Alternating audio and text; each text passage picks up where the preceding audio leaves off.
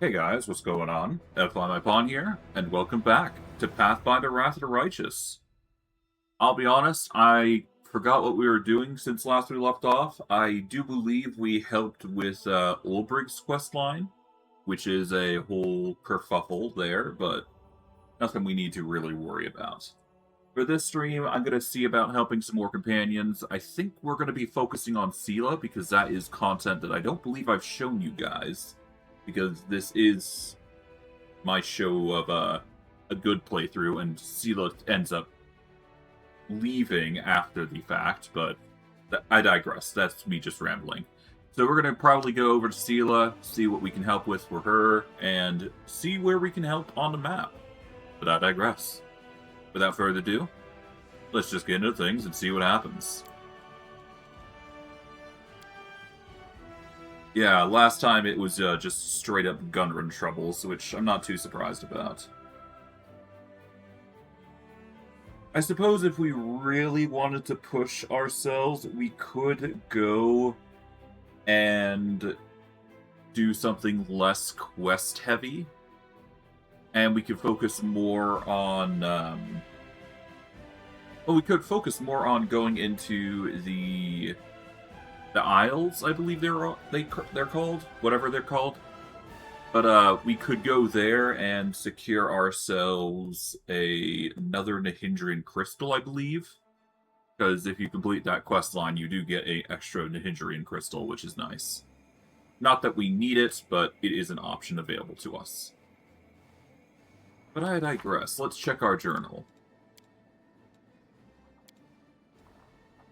Yep, visit the Murky Grotto. That is that. We've got Sithid's Frozen Fane in the Abyss, which we could technically do. We've got Tevelros in his lair, which I guess would probably be the best choice.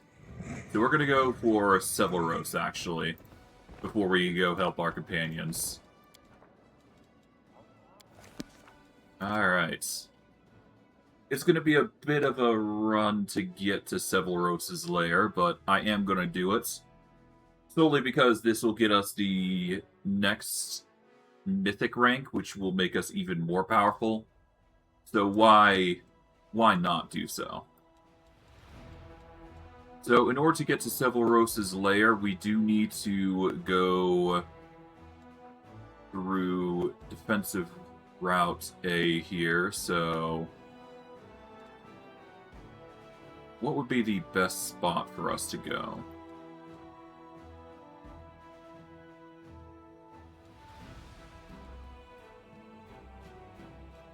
If we were to consider this individual as the path, we've got the Mountain Warden Outpost, and the Lands of Yath the Watch are probably going to be our go-to to getting there. At least that's the most realistic path forward. So, I guess we teleport to the Lands of Yath the Watch. We will then go to Severos' lair. We will then work our way back around, so that way we can go to Gravestone Rock and trap for the other. And we'll probably visit the Bear Maw Shrine, assuming we aren't too ambitious with the exploration.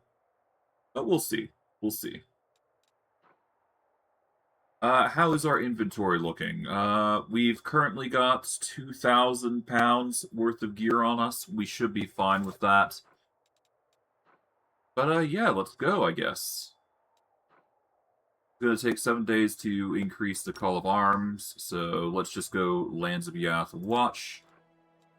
And let's make our way over to Severos' lair. In order for us to get there, we're going to have to take this path, but before we do, let's see what our forces are looking like.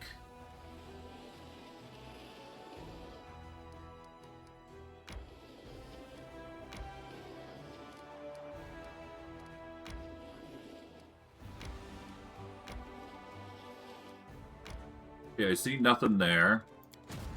About defensive C, that's fine. Defensive B is fine. I need more units, really. I can't really do much beyond that. It does appear that we got some scaled fists, though, so that's interesting.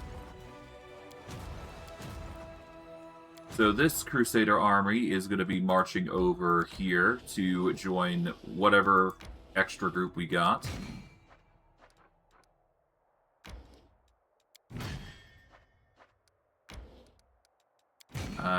We'll just toss these guys into Reserve C. That should be good enough.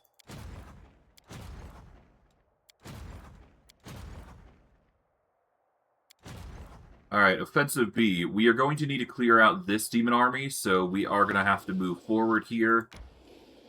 If only to clear the path for our companions, so...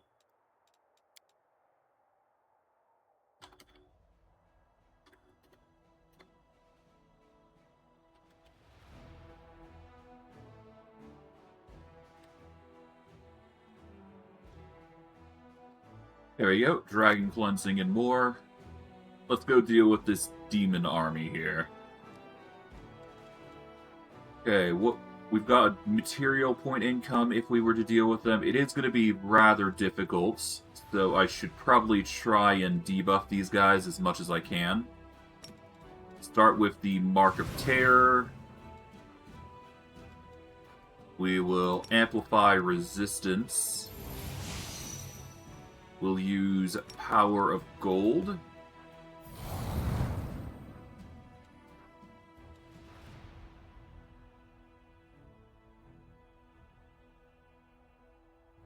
Attacks of all enemy units in all armies receive a 50% mischance. That's probably going to be good. We don't need to replenish the general's power, but we can use the Mystic Tempest here to reduce their forces by a little bit. And we send them off. That should reduce their armies just enough to make it more viable to take them out. Hopefully. After all, they're debuffed to hell, and we've got a whole bunch of defensive ability going for us. Okay, so to lead to our dangerous foe, we could use Channel Negative Energy, which is probably what I'm going to use. This will reduce the numbers significantly. We will activate Reckless Attack to get rid of the Elite 2, because they can be an issue.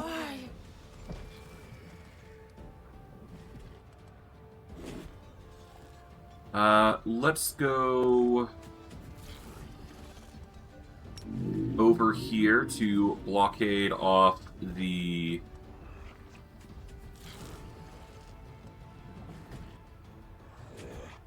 Yeah, let's blockade off the Vrox by going here. Ow.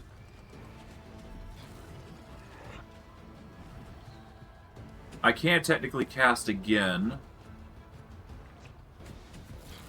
which I will do another Channel Negative Energy here. That gets rid of some more. Let's guarantee the kill on the Vrox here. That way we don't have to worry about them. I will summon some doggos to protect our attackers here. We'll move here. And we'll send our doggos over to prevent these guys from causing a ruckus. And there we go. Combat easily cleared because of just spamming spells. Nice.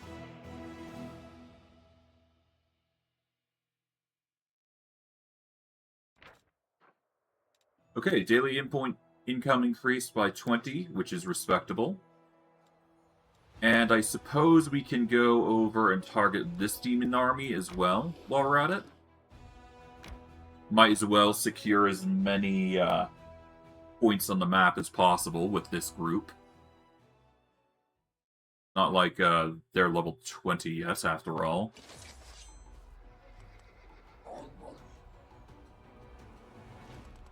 Okay. Let's throw down a Channel Negative Energy here.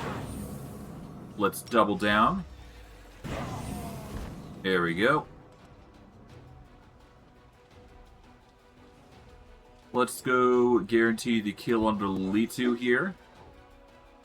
Or try and do so.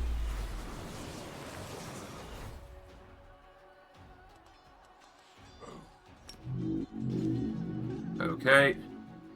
Let's go assassinate the Lily 2 with our assassins. No reason to not, after all. We'll summon some doggos here. Yep, they're going to go after the assassins, which I'm not too surprised about. We'll send the doggos over. Oh, that is a cloud. Not a fan of that.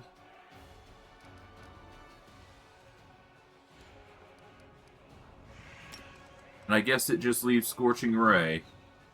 The Dretches aren't that much of a concern, but the Skiers are going to be an issue. But what I can actually do instead is summon a dragon. I think I can summon 2, technically, right?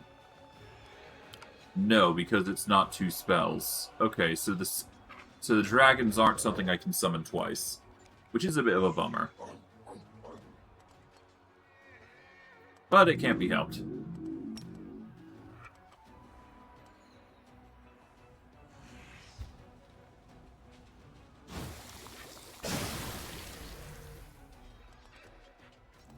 We're just going to warp the assassins over here to prevent them from dying.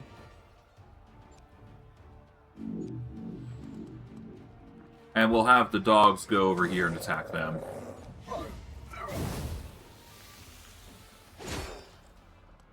Alright. Let's just do some serious damage work and just nuke these guys down with as many Scorching Rays as we can.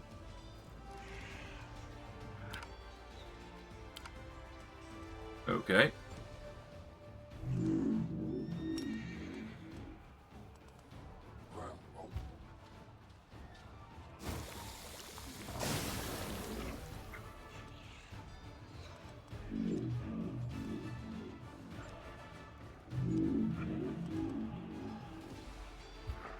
Kind of surprised I'm not getting 2 attacks now. There goes the doggos.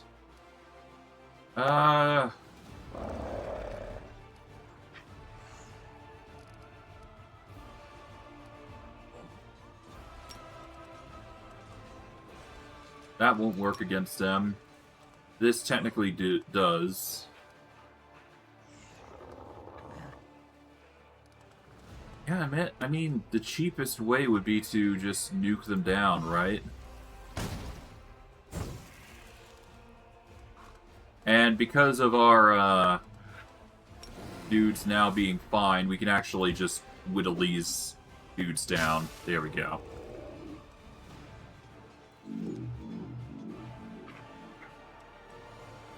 I will send this guy forward, so that way he can act as a distraction there.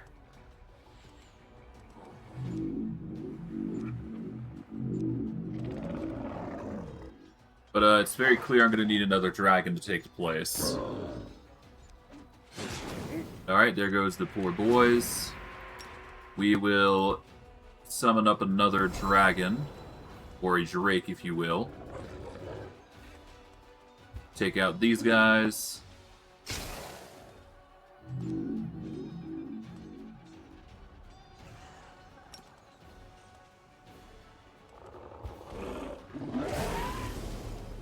This guy is going to go over here. There we go.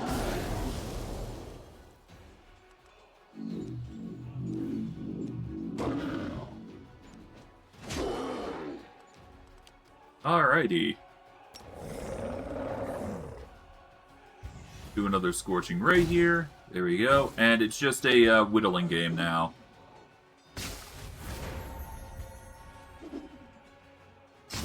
There we go.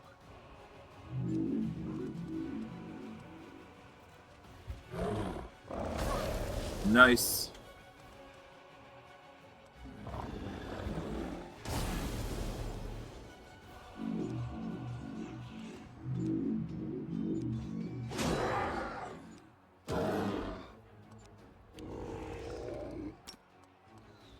Okay, let's go and start whittling it down to Dretches now with our Scorching Ray. While we send in more barrages here.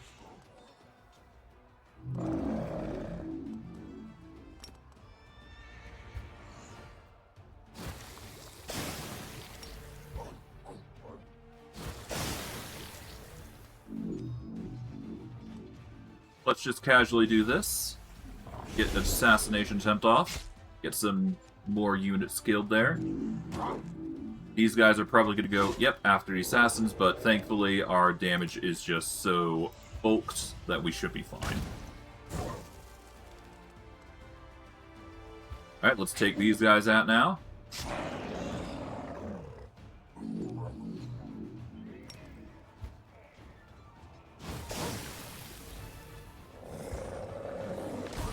Alright.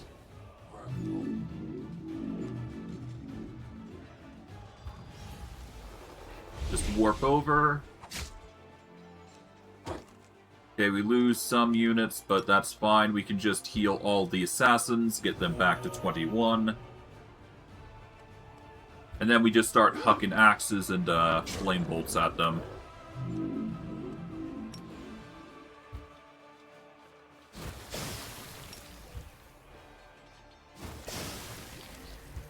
And we slay 50 per. Nice.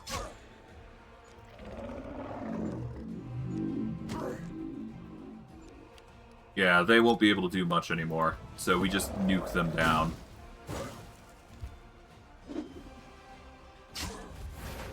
Yeah, these guys are easy now. Good.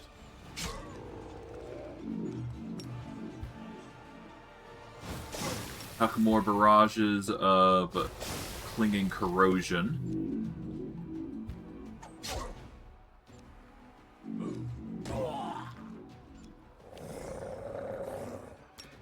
And I guess I'll throw it in a flame bolt just in case. You never know. There you go. Even more loot on top of every bit of loot we've collected thus far. And if I really wanted to, I could start teleporting them. At the head of the demonic army, a powerful Leechu demon was marching. Her eyeless face was hidden behind an eerie mirror-like mask. The specular mask was shattered, but the demon had melted its shards right into her flesh. The mage who sensed the power of the strange relic retrieved the reflective shards and gave them to the commander. The Face Stealer's Mask is an amazing tool that will help us later. Whether we use it now or not, that's another thing entirely, but I know for a fact that we do want to utilize it if we can. As soon as we can. Now, I've got a choice. I can either keep with Cure Wounds, or I could choose literally anything else. As of right now, we've already got Channel Negative Energy, which is okay. We've got a choice between Firestorm, which is a 5x5 area for 40 energy. Ice Storm, which is a 3x3 area, which also inflicts a -2 penalty to speed. It is basically the cold version of a Fireball, but unlike Fireball, this actually has the ability to slow people down as well. I think I am going to go for Ice Storm here. Yes, I could go with something else completely, but I think Ice Storm is more ideally useful in this instance. Solely because there are enemies that are immune to Fireball, so it'd be better to have something like Ice Storm to counteract those enemies that have fire resistance. Yes, there is Channel Negative Energy, which does affect literally everybody on the map, but having the ability to also slow them down isn't a bad idea. I could also do Heal, but if it's not an area of effect Heal, then what's the point, right? Alright, but we've done that. We just now need to teleport to another region in order to deal with other demons. And I think it's in our best interest to warp them over here. So that way we can start aiming for this army here, I think. Because we now have the ability to actually reduce these guys into oblivion, so might as well try to take them out again. Although before I do, let's save. Just so I'm making sure I'm getting the best results here.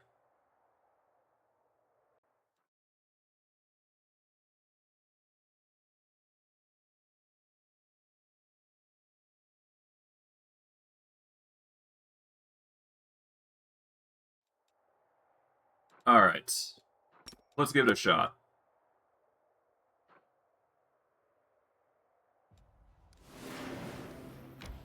Let's send him over, and let's go engage this fortress to see if we can't claim it. After all, having lockdown on something is going to be, well, more things is always going to be nice. Alright, channel negative energy to really whittle down the enemies. We'll double down. There we go, we really whittled them down now. Let's see, what are worse? The locusts or the vivisectors? I'm gonna say the vivisectors are the worst of the two. And we're gonna aim for this one here. There we go.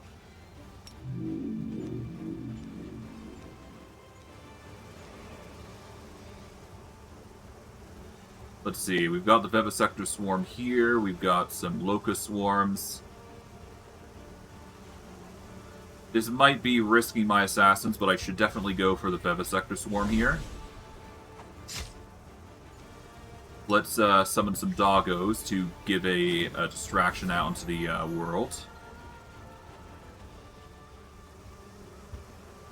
Alright. And we're going to move the doggos up here, so that way they distract these two swarms. From there, we just do another channel negative energy. There we go, that gets rid of most of them. And we'll get rid of the 145 to 146, which takes the current priority. Dogs take a bit of a hit, but that's fine. We'll do a quick assassination attempt on these guys. There we go. We'll send our units over here into the fray. Our dogs will have to wait until they are feeling better, but until then we can just Scorching Ray these guys and clear out the job. There we go. We've now got another fort on our list of items that we can use.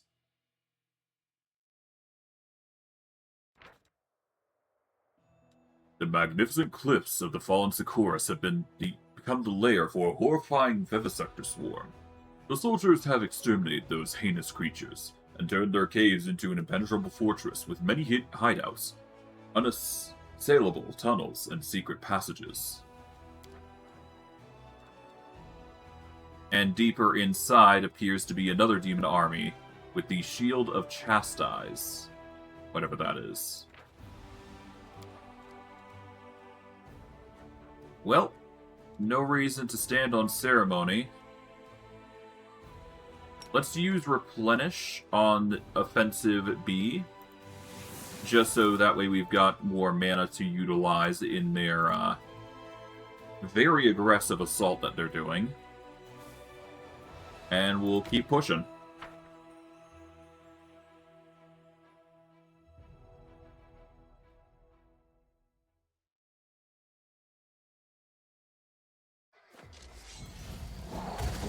Okay, they've done negative levels to us to some extent. We'll just channel negative energy, completely nuke them out of the picture.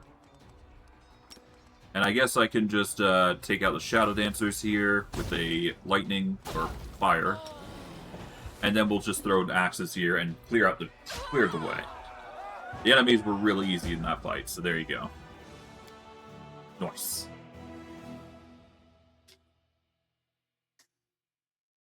Some welcome yet serious games. The Crusaders descended upon the enemy in the middle of ongoing negotiations. A small gang of demons was haggling fiercely with a group of strange mortals covered in shadows, for an artifact the latter had brought.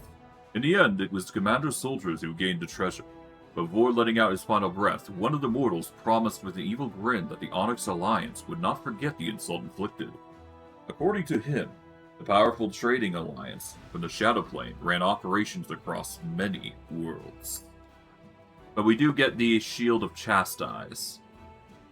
This +5 tower shield grants the wielder a +4 confidence bonus to AC against touch attacks. Well, you shouldn't have been training with demons of all things. Alright, let's go deal with this demon army, but before we do, let's manage the cave citadel.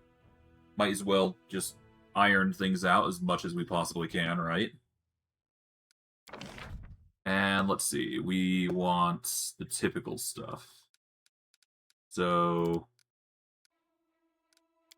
supply center in hospital would be ideal, but I think we can actually forego that at this point.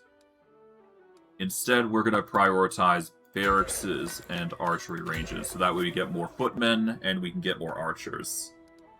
I might change that, but we'll see. If I do end up changing it, I'm going to remodel literally everything in the army's setup. So that way I can get maximum profit from a certain amount of units. Or a certain unit, even. Okay, how is this? Let's see. Yeah, I'm mostly using hospitals, aren't I? So that is something worth noting. Anyways.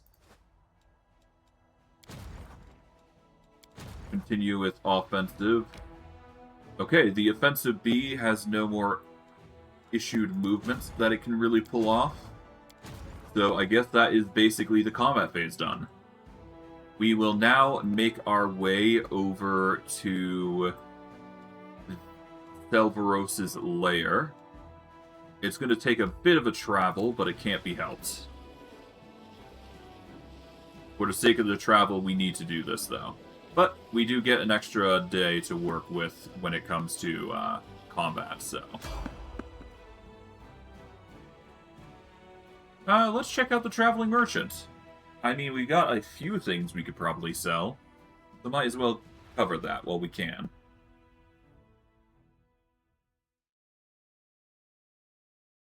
Let's see what's going on. Hello, Skeletal Salesman. Why, it's you again. Good to see. I do love repeat customers. It's a shame they don't live long in these parts. Have a look, and don't be stingy. Take your pick, no penny pinching. And when you're all out of money, get some more. Then come find me again. I'm always around here somewhere. Maybe over there. Or if you're really unlucky, I'll be way over there. What do you sell now? Oh, I have the wildest choice of merchandise. Right now, I've got a fine selection of magical mystery spell thingies. Everything a wizard could want. By the way, could you advise me what would sell best in these parts now? I have a choice of exotic wares from faraway lands. Then there's personal protection equipment and a whole arsenal for a hunter. Let's go with... Keep what you're selling for now. Show me your wares. Alright, we'll go by price in descending order. Headband of Mental Perfection gives you a +6 to Int, Wisdom, and Charisma, which is pretty awesome. Let's go by price in descending order. We do have a Headband of Mental Perfection, so we don't necessarily need another. Let's see. Greater Kinetic Diadem, no. Greater Bolster Minimagic, nope. +5 Haramaki gives you 6 DR against ranged weapon attacks, which is nice. Not necessary, but it's still there if you want it. +8, +8 armor bonus, I suppose, is something else.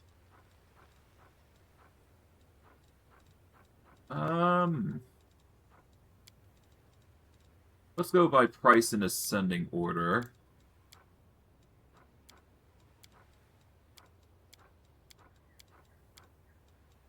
And I guess we'll go with potions here. Let's see.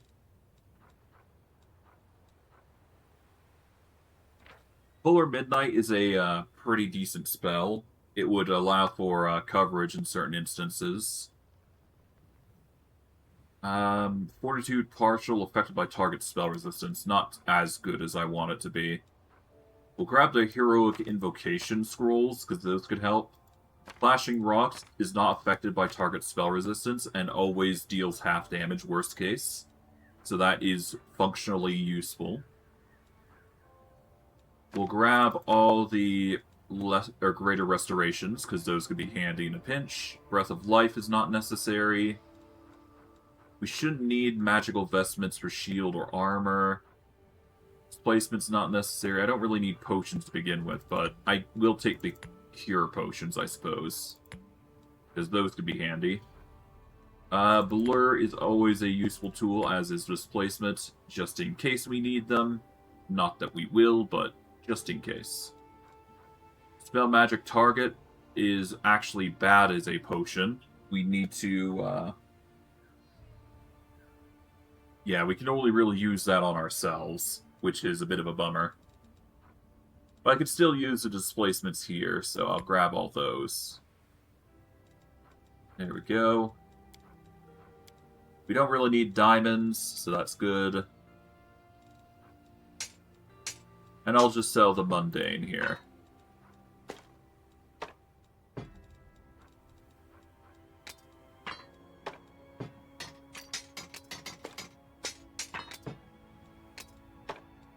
Here we go. Just sell all those mundane stuff. How about armor? Yeah, that'd be good. That'll reduce 1,000 pounds off us. I don't really need anything else here, as far as I'm aware.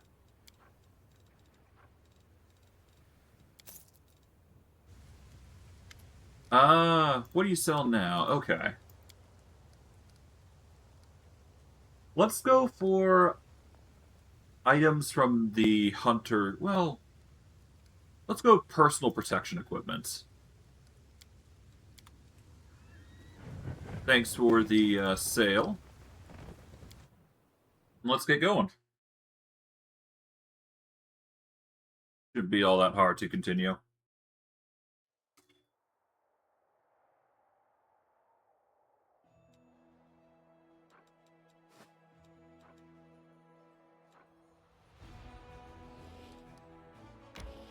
Anything up here? No? Okay.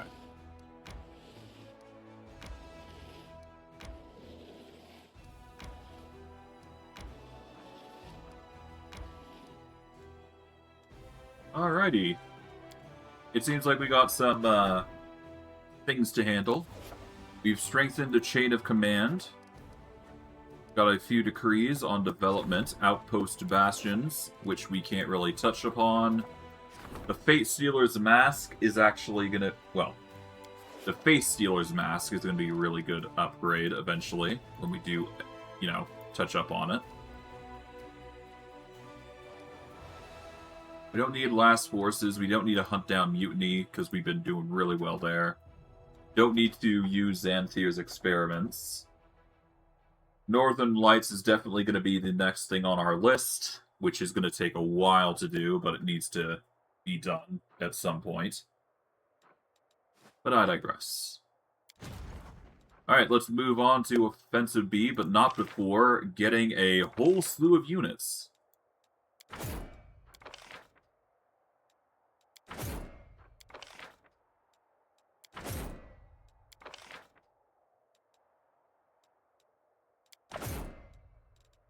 Okay, I can't do that. I'm going to have to split them up here. There we go.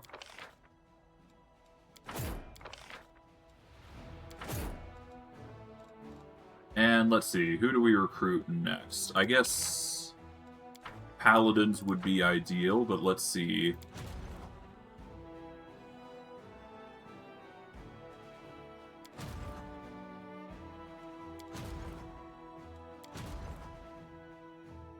What does Offensive B use? They use Duelists and Cuirassiers. Alright, so they do use Axe Hunters, Assassins, and Houndmasters, which is the core of our unit. We need Cuirassiers and Duelists. We've already got Cuirassiers in our group here. We've already got assassins, so we need to just split the assassins off, essentially. And I guess duelists are the last thing on the list, which we can't really do, so... I guess what we're going to do is we're going to actually take the hardened veterans from Reserve A. We are going to split them off into our own function.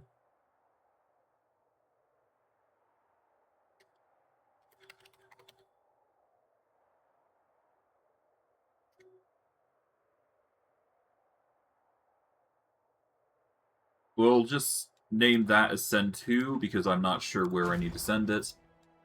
Send to Defensive A.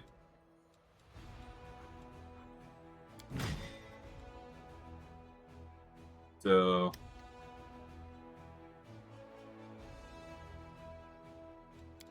we will send to DA with this guy.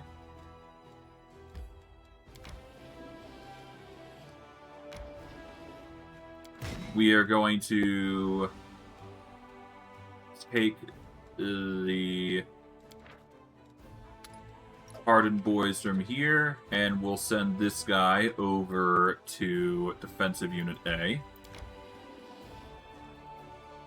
Alright.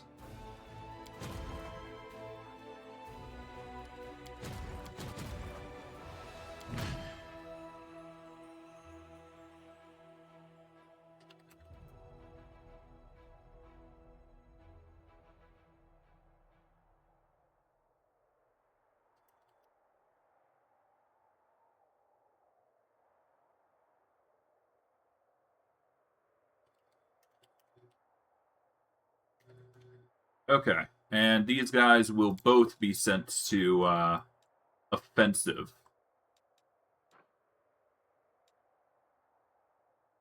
Offensive A, so they're going to be sent over here.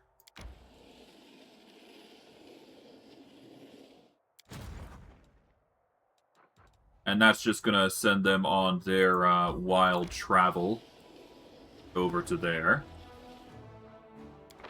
Can't really recruit anybody else, but technically we could recruit some more folk if we so desire. I don't see a reason to do so just yet until we accumulate more resources. Besides, we'd have to worry about hedge knights and all that jazz, right?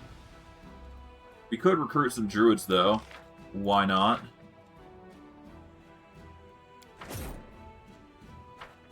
Yeah, let's just send those units over to Defensive C. Might as well accumulate a huge army while we're at it, right? Okay. Defensive C is getting a bit stronger as a result, so that's nice. Let's get offensive... Oh, this is...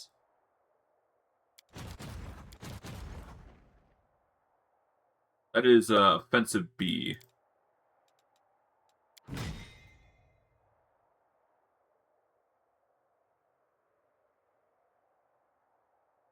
I should mark as such.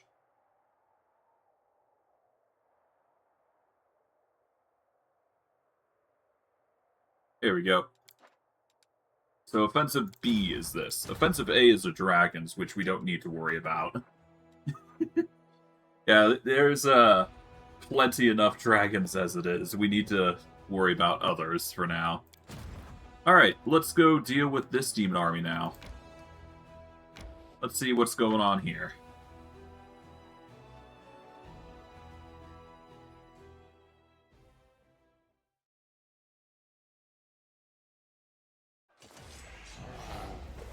Okay. Behold, channel negative energy.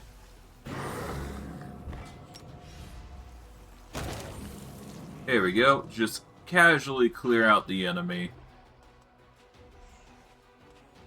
And let's pop the Nabashu, or the Nabasu. That'll get rid of our concerns in the future. Okay, I can take out the ghouls or focus on the skiers. I'm probably going to focus on the ghouls. Although I am actually going to hold off for a moment, because I do want to hold off for at least a moment. We'll send our wolves to deal with the ghouls and distract them while we focus on these guys.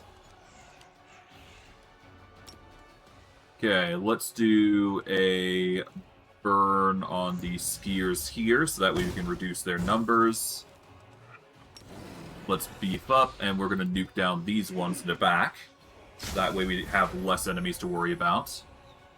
We'll worry about getting rid of these guys now, because we got an extra turn out of that. We are going to use the assassins to take out the skiers here. And there you go. Problem solved, because the ghouls are a summon unit, and they don't count to the victory total. There you go. And I guess technically we do need to swap a new army in once we get our general here up to max.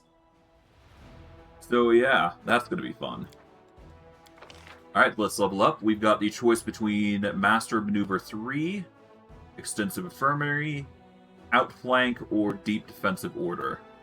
We also get the Dimension Door ability, which we allow the target unit to teleport for 3 rounds. We're going to go Master Maneuver 3, just increase our army's surplus. Because having a huge army is not a bad thing, in our case. And this also means that we can technically check our reserves and see which is the most powerful among the lots, and we will bring them into the fold. I'm thinking we bring in the sorcerers because they do have spellcasting, but we don't necessarily need to. And what's in here? Yeah, we're going to take the sorcerers here.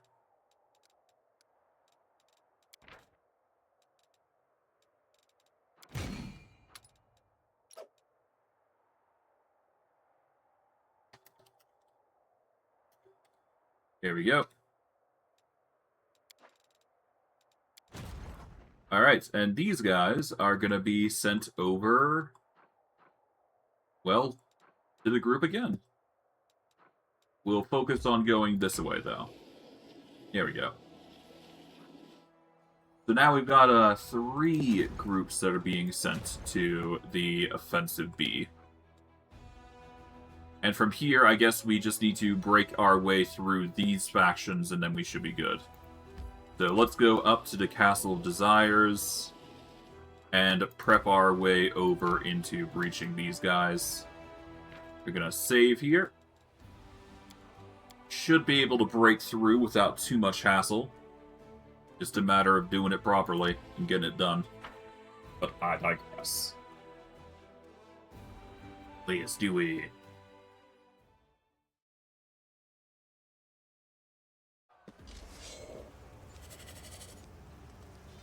Alright, let's burst channel negative energy here. Just whittle them down like crazy. 26 energy to get rid of the enemy. Easy peasy. I'd do it again in the heartbeats. And we've nearly leveled up, actually, because of that. But I will definitely be swapping out my captain, eventually. Or at least moving them back to the back lines. Because as much as I do want the general to get victory after victory, I don't want them to overtake any other general. They already are doing it as much as they need to in the battle, so... no need to push the agenda, as it were.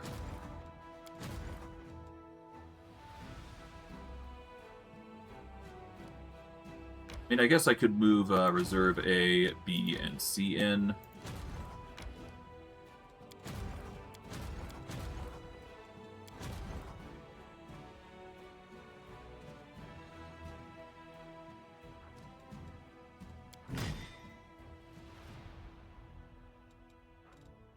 Okay, let's move these guys in.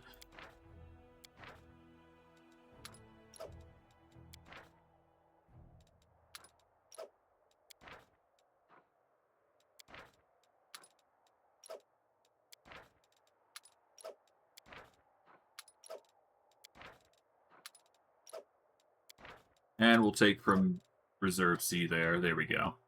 It does mean that we lose Reserve C, but that's fine. We can always just make a new reserve, and then we should be good. But I digress. Let's continue. We won't be able to do Darren's quest here by doing it this way, but that's fine. I don't really care.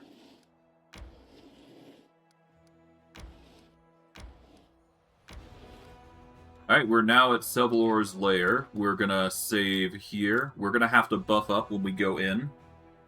Because obviously, I'm expecting a fight, so let's just prep with that in mind. But who knows? Maybe it won't lead into a fight. Or at the very least it will, but we'll be able to talk them down. Who knows? Gotta fulfill the gold dragon energy, after all. Alright, let's start with mage armor. Shield. Let's do blur. Heroism. Life bubble. Sights. Greater heroism.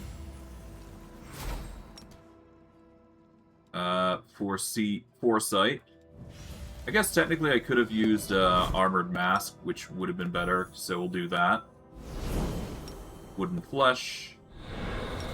Great Immusion. What else do we got? I mean, I guess we got Haste, but we don't really need to use that yet.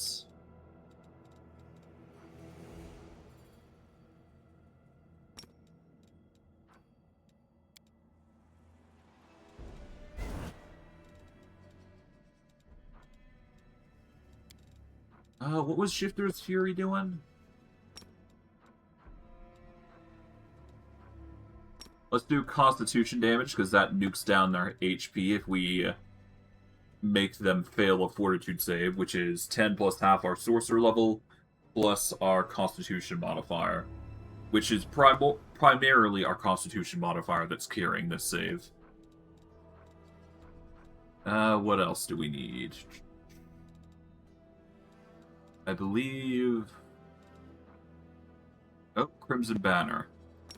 Probably turn that on, so that way we get all critical hits made against us, or made against you are automatically confirmed. Honestly, I'm half considering ditching the Crimson Banner, because we don't need to confirm critical hits as much now I think about it. We just have to get the critical hits, and then hits. So, actually, Crimson Banner might be a burden for us, believe it or not. We do keep with Stunning Critical, obviously. Always want a Perfect Mine on, because that changes our damage to Holy, which is what we want. What else did I need to cover? Well, obviously there is Shifter's Fury. I believe there was something more fundamental that we wanted on.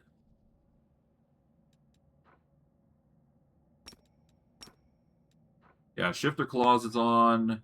Shifter's Fury.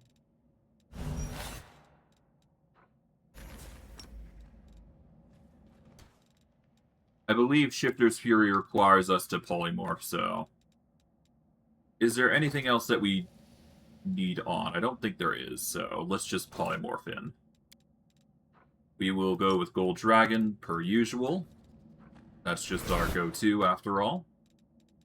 We will focus on Claws, because that is our go-to choice.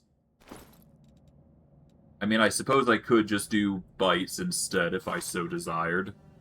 After all, Bites are arguably the most damaging, I believe, and our natural attacks cover anything anyways, so... I guess let's go into Character, Martial, and see what the Bite is.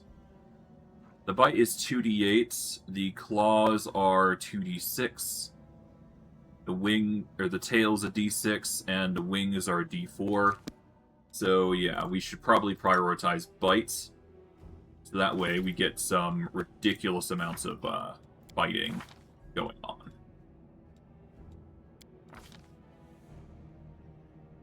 Yep, we get an insane amount of bites, which is 1, 2, 3, 4, 5, 6, 7. 7 bites. Not including the claws, the tail, the wings. Which in of their own right is another wild amount of attacks, but I digress. We do go off with 100 armor, so that's nice. Let's go cleanse the dragon. Or try to, anyways.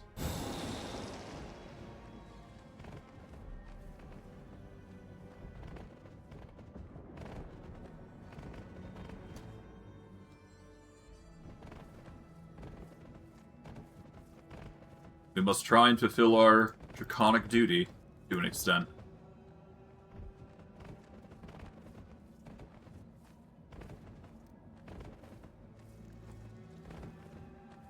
Okay, I see nothing so far. However, there he is.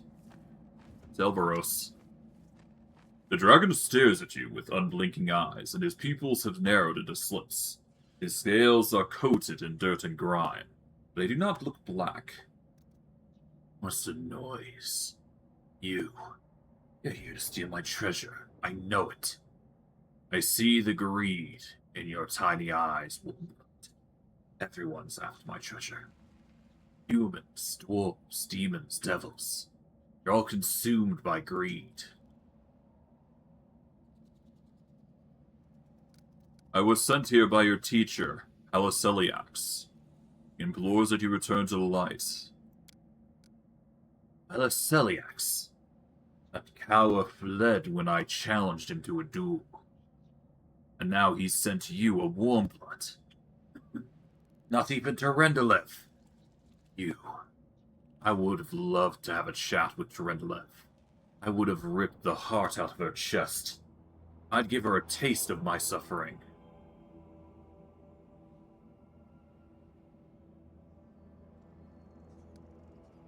You refuse to accept Haliceliax's help. It's not too late to change your mind. I am beyond salvation. No one can help me now. This world is cursed. Cursed! If I had the strength, I would destroy Galarian. I would watch it go up in flames. Its corruption has brought me clarity. Everything is meaningless. History repeats itself over and over and over again. The destruction of the entire world is the only way to break the cycle. I kill everyone I can. I do my best to hasten the end of the world. Stay where you are, and don't you dare touch my treasure. A gold dragon calls to your soul, Zelvaros. Rendelev would have been devastated to see you like this.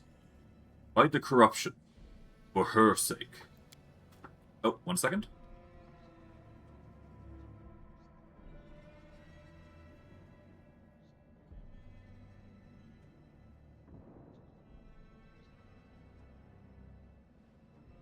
Okay, back. You do not know what it's like. Rendelev, you must not see how I have fallen. No, never.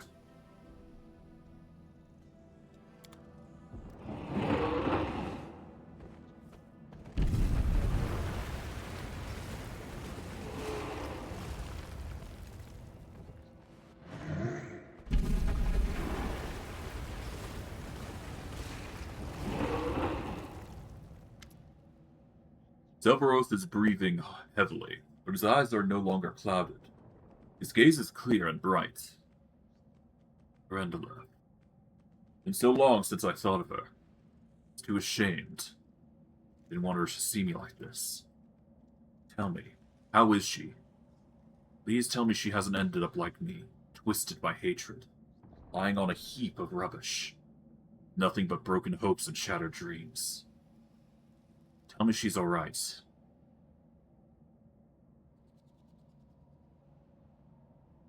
Terendelev died a hero. She fell while defending Canopus. I met her in Iz as an undead creature and convinced her to serve with the Crusade once again. Zelvaros closes his eyes and exhales in relief. Did not stray from the path of good. Stayed true to her beliefs. in a way that I could not. My sister truly is the best of us. I do not deserve forgiveness. Too weak. Succumb to corruption. I wanted to be a hero. I wanted to make my sister proud, but I failed. My fate is in your hands. You believe that I deserve death, so be it. Weak and worthless to withstand the corruption that eats away at my soul. You are not weak, Selvaros. You refuse to kill me. You know what that means. You're stronger than the corruption. You'll find your true self again. You've already taken the first step.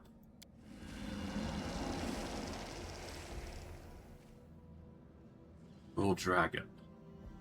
If this is the first step, then I've only taken it thanks to your help. She'll meet again someday, but it will be a very different encounter to the one we had today. This I swear. So we basically slowly coaxed him back to his silver scales. They're dull, obviously, but that is only the first step of how things go. But hey, we managed to cleanse the student of his fate, and while we could have taken the treasure from him, but there was no real need, to be quite honest. There's no need to be greedy, after all. We've got so much cash. If anything, our wealth is spilling out of our coffers too much. Partly because we don't spend it, partly because, well, there isn't much to spend it on. If there were other things I could spend it on, I'd probably utilize it, but the most we can do is just grab as many scrolls and tools at our disposal and just rock from there. Now I've got a choice. I can either teleport back and try and do something else in the meantime, or do something else. I'm going to teleport back, though, because that'll just allow us to complete the quest, which is what we want. Let's see what this quest... Oh, we've got Enchanting Baphomet's Fire. Perfect. Alright, we can choose the Druid or the Medium as a choice. Two spellcasters, a Druid and a Medium, are asking to be allowed access to a relic containing Baphomet's Fire. The rituals will empower the relic, but the commander will have to choose who gets the right to approach Darkflame, the Lord of the Beast. If we go with the Druid, we get the ability to ignite inner fire within ourselves, and while the ability is active, the wearer suffers 2d6 fire damage. It bypasses all resistance and immunities, unfortunately. But it deals the same amount of damage to enemies with every melee attack that hits. In addition, whenever the wearer is mounted, they can use this ability on a mount instead of themselves. And then, of course, there is the Treacherous Flame. When the wearer of these gloves land a sneak attack against the enemy becomes vulnerable to fire for 1 round, and suffers an additional 2d6 fire damage.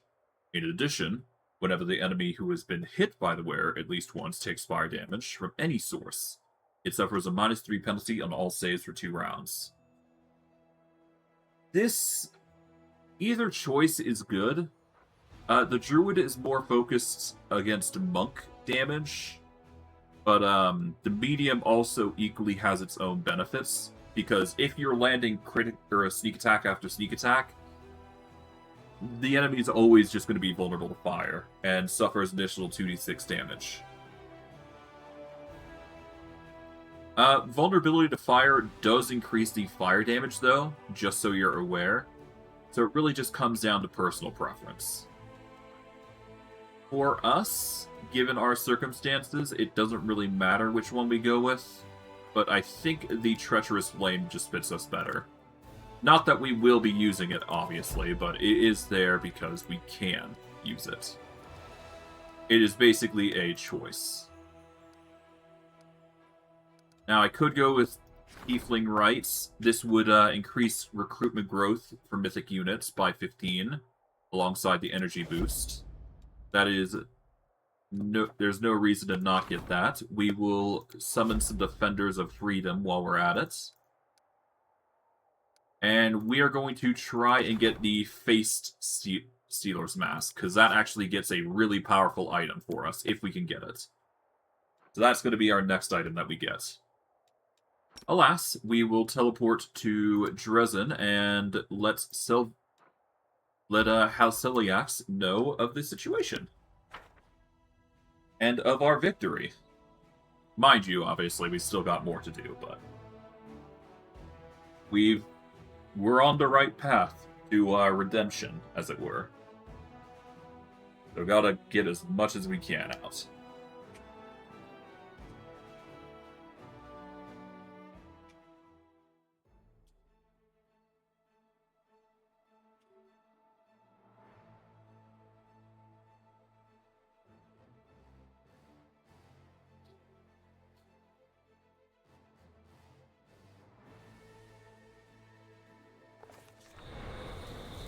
Alright. All we gotta do is just run up to here. And we'll be able to see the Black Dragon somewhere around here. I know, yeah, Karendalev is there. But let's see if we can't yeah, so this is the other dragons. So yeah, we're starting to get more dragons appearing here.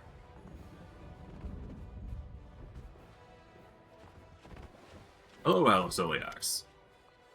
Celiax gazes up to the sky. Beautiful weather would happen today. Then again, I think any weather is beautiful. Zelvaroth admitted to the error of his ways. He's taken the first step toward redemption. Celiax's eyes shine with happiness. My child, these are the greatest tidings I've received in centuries. You've brought me such joy today. I truly believe that a day will come when Zelvaroth and I will finally reconcile. It may not be today or tomorrow, or even years from now. We dragons are nothing if not patient. I'll try to pay him a visit sometime. In need of a friend at the moment. I have to go. And that is the Brother in Shadow dealt with. We just have to, yeah, yeah. Zelvaroth's fate has been decided, and it is the best solution for one whose mind has been clouded by corruption. Safe to say that all of Halleck Celiax's students were unique in their own ways, and their examples will prove enlightening to one who has only recently become a dragon. It is easy to become corrupt, but at the same time, we'll be able to live. Let's go see what the storyteller has to offer. I have some pages.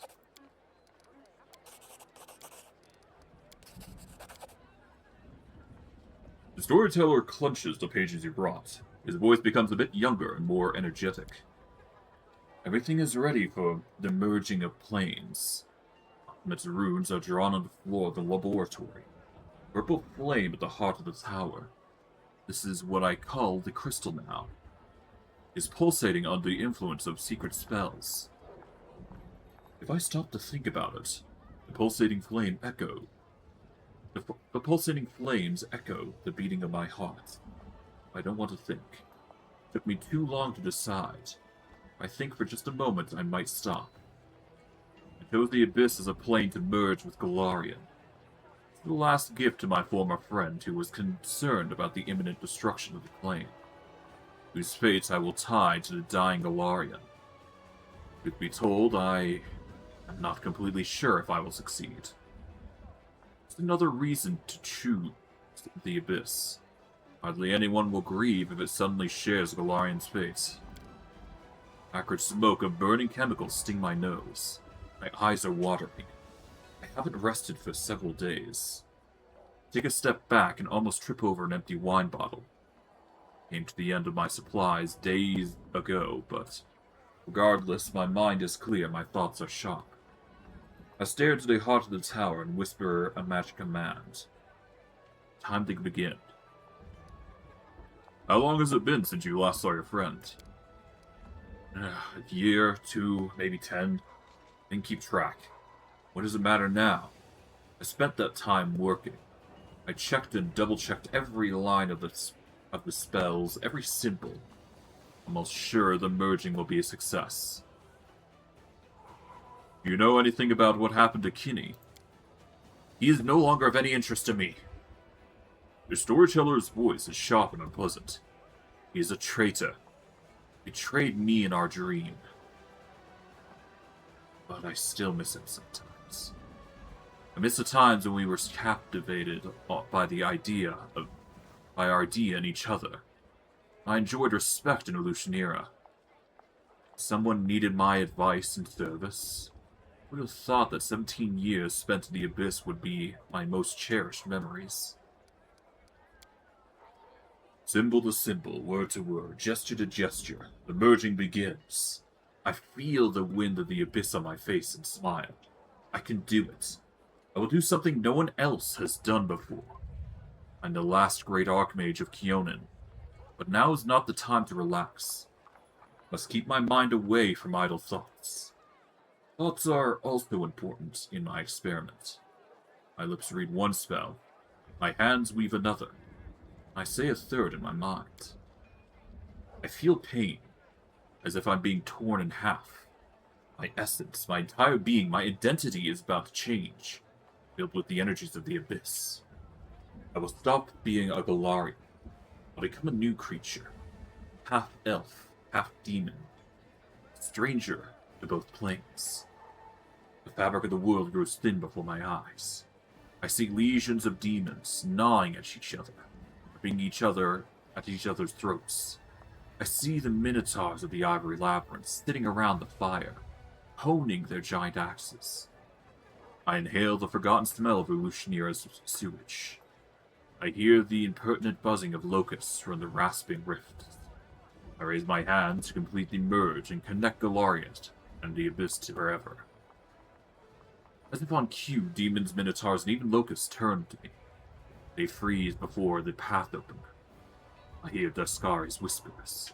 Sense Baphomet's loathsome grin, Donaticulus' curiosity and attention. Demons are ready to invade Golarian, to torment and kill everything that didn't perish in the Earthfall. They will degrade the remains of my world until nothing is left. Is that what I really want? My hand freezes. You want to stop the merging? I understand. All this time I was deceiving Kinney and myself. Never wanted to save Golarian. The perishing empires of my world are just empty words for me. I was not interested in the lives that would be lost. Lives take its course. Or life takes its course. People are born and die. Kingdoms rise and fall to ashes, and even gods have their final day. Those are the laws of the world. It's not for me to oppose them. However, not a single life passes without a trace. Not a single people disappears completely. While the memory of them lives, while their culture, language, and art remain, civilization lives as well. I never wanted to save the people of Golarian. I only wanted a handful of survivors to keep the memory of Golarian alive. When the demons invade Golarian, they'll destroy the very memory of it. They will burn whatever is not destroyed and desecrate what can't burn. Their invasion spells death for Golarian. I almost destroyed something that must never perish. Purple flame of the heart of the tower burns my eyes. I carefully lower my hand, allowing the spell to disperse. The elf seems to have aged by a few hundred more years, his face thinner. I almost destroyed Golarian. My pride, I could have put an end to my words, just to become the path opener, to prove my title the last Archmage of Keonan, even if only to myself. I don't know what to say in my defense.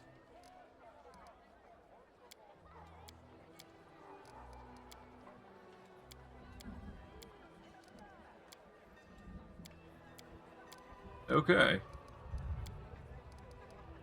Let's see if there's anything I can merge real quick.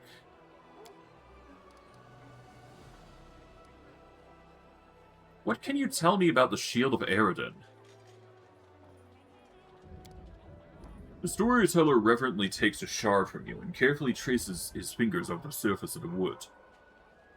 For a long time he says nothing.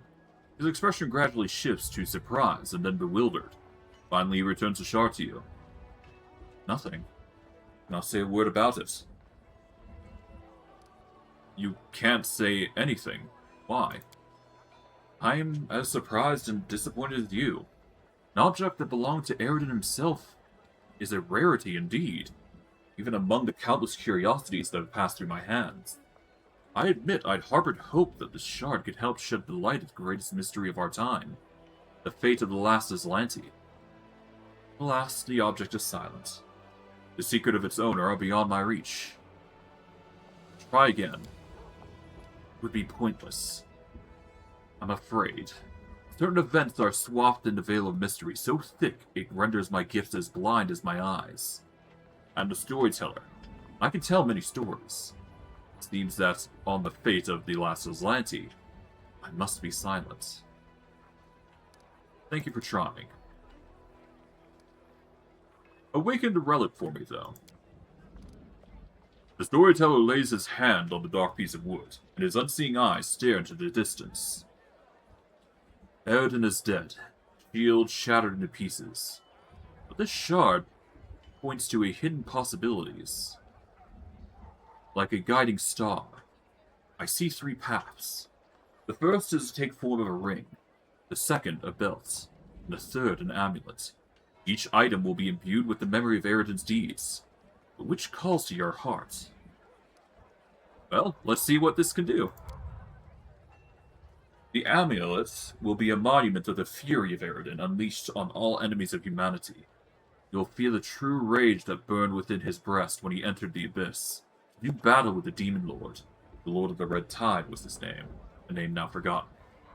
But Eredin's feat was not forgotten, and will remember it forevermore. And what of the ring? This miraculous item will be the embodiment of the 7 virtues of the Aslanti leader. Wealth, fertility, honest pride, abundance, eager ambition, righteous anger, and peace. As the last Aslanti, Eredin wanted only the best for the human race. And what of the belt? The relic will remind the world of the power and commitment of the immortal mage, Eredin, before his ascension. Of the power that lay in those hands that raised the Starstone from the bottom of the sea.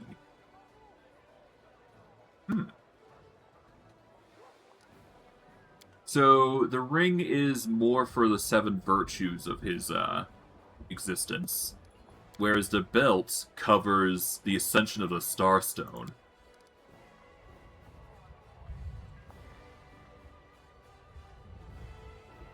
I am torn between 3 items, but I'm gonna go with the belt. If I don't like it, I'll just reload, but I choose the belt. The storyteller hand begins to glow. Light surrounds the shard of the shield, immersing the object and hiding it from view for a moment. When the bright light fades, the only thing left in the storyteller's hand is an exquisitely crafted belt.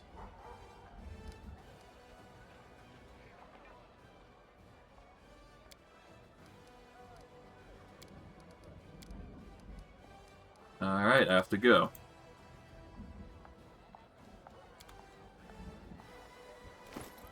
Let's see what the belt has to offer. The belt of the last hand... Or the belt of the last of the first humans. Firstly, the wearer receives a +5 sacred bonus to attack rolls, and a plus sacred bonus on damage rolls with weapons. Secondly, spells and spell-like abilities that target the wearer are turned back upon the original caster. Thirdly, whenever the wearer is hit by a ranged attack for the first time in a round, the belt prevents all physical damage from the attack. Finally, when the wearer rolls for initiative, they roll twice and take the better results. Okay. Do I really want to go for the ring?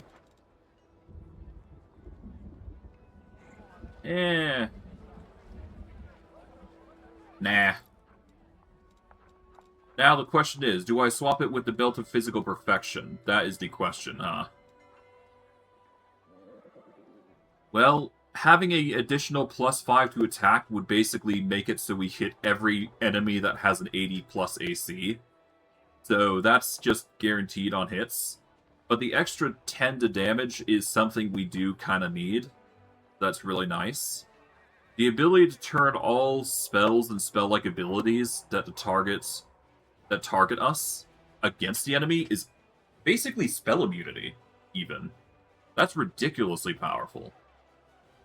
The ability to ignore the first hit of a ranged attack in a round is also decent. And finally, rolling twice on initiative isn't a bad thing. I suppose I could have replaced it with a Ring of Protection, or the Ring of Protection with it, but I think the belt was the right choice, as weird as it feels. So we're just going to replace the Belt of Physical Perfection. Yes, we nerf our Strength, Dex, and Con a little bit as a result, but we gain a additional 2 to hits and a +10 to damage, as well as the other effects, which is amazing. Let's see. Let's go by type in descending order. Let's see if we got a better ring that we could use instead of what we currently got. We could get a +2 luck bonus to Constitution instead. What else? We could get resistances, which is kind of pointless. Energy source, no.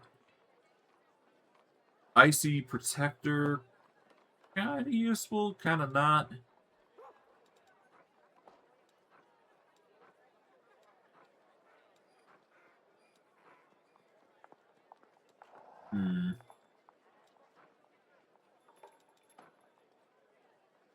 +4 initiative. Whenever the wearer lands a hit on an undamaged enemy, it grants all companion. Yeah, no.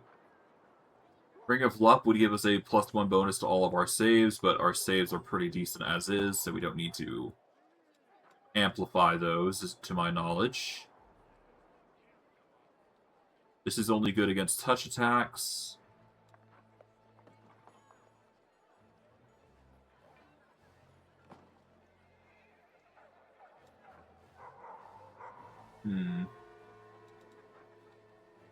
As it stands, the Ring of Luck seems to be really the only useful tool amid the mass. I could do a Ring of Evasion, which would give us the reflex saves, but actually we don't need that because we've actually got greater evasion or improved evasion, which basically makes evasion here kind of useless. We could use the Ring of Devastating Will, which would basically allow our will saves to be a, yeah, it will prevent us from, it will make us take half damage from, will saves, assuming we suffer from them, but the belt actually just negates that to begin with, so there you go.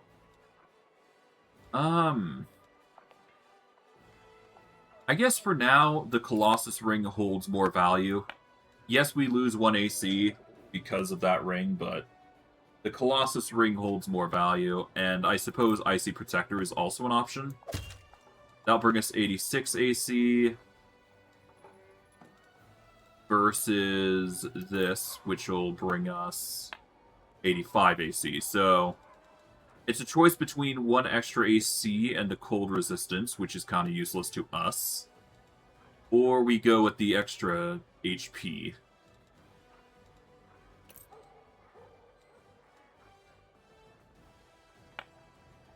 Well, we get 30 extra HP if we go with the, yeah, we get 30 extra HP if we go with the Colossus Ring. Or we get 1 extra AC. Or 2 extra AC. And I guess technically I do get the Enlarged Person spell, but that's kind of pointless for us. I guess technically it does help, but not by much.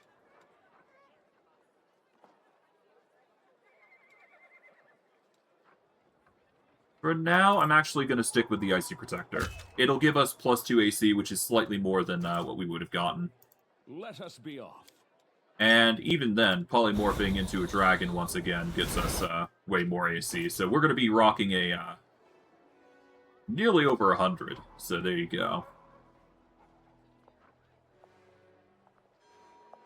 I mean, I guess we do lose out slightly because the Belt of the Last Human does negate our +3 to Dex.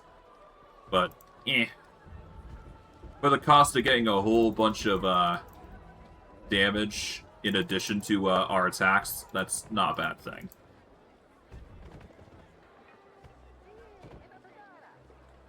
There's a lot of dragons, but I'm not too surprised in that regard, I suppose. Okay, I believe I said I wanted to go see Seelah, preferably, so let's go resolve that mess, I guess.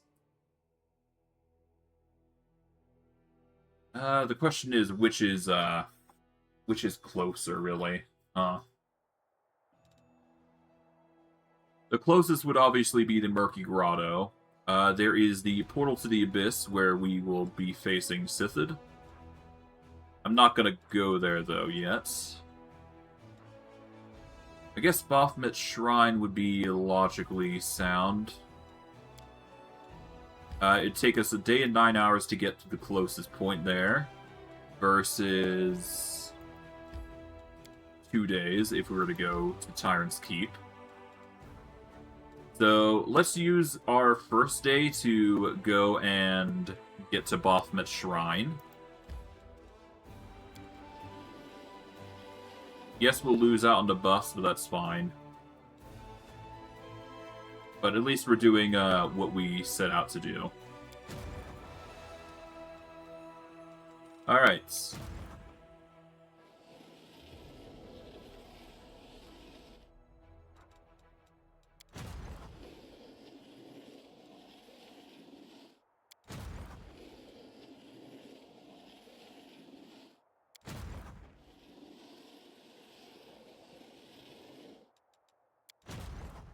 Okay, let's save here.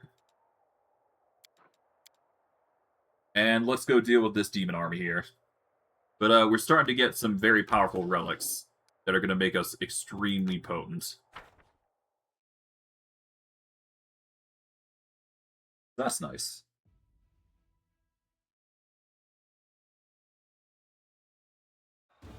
Alright, let's deal with these guys.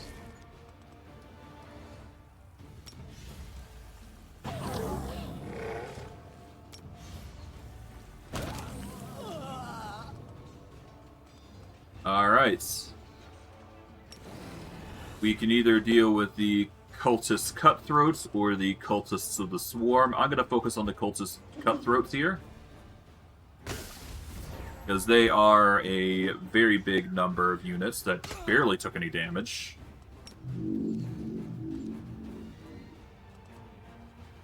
Let's use the assassins to quickly close the gap here.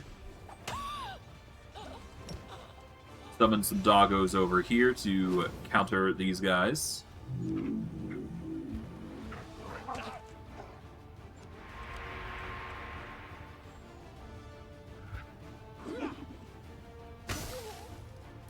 Let's throw a beam out. There we go.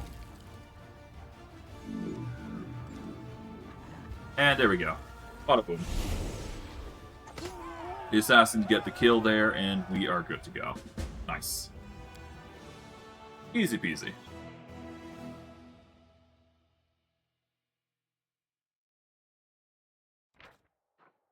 Alright, we get a whole bunch of material points. And let's finalize this with one more kill to the demon army, and secure our post as the final bastion here.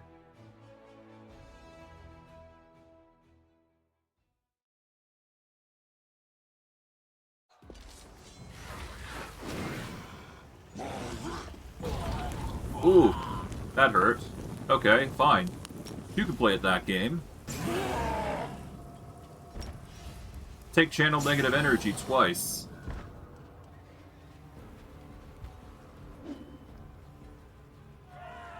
GG. You want to take out my assassins? We'll just recover them. And just lay a victory. And secure our foothold.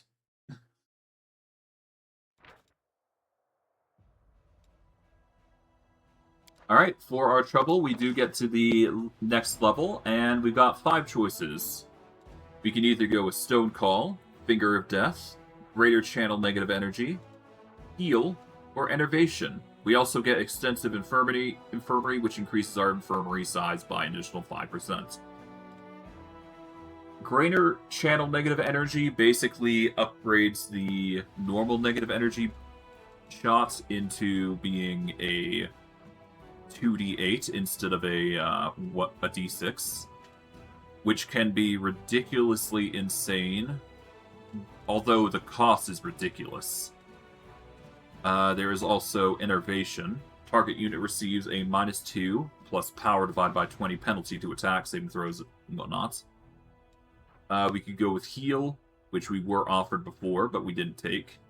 We could take Finger of Death, which is 3d6 negative energy, as opposed to the 2d8s. But it's only a single target. And Stone Call is 2d6 in a 3x3 area, but it is a physical attack instead. And it's not affected by target spell resistance. I'm going to go with Greater Channel Negative Energy, solely because it's going to affect every... Well, it's going to affect all living enemy units solely, so that's probably going to be our go-to.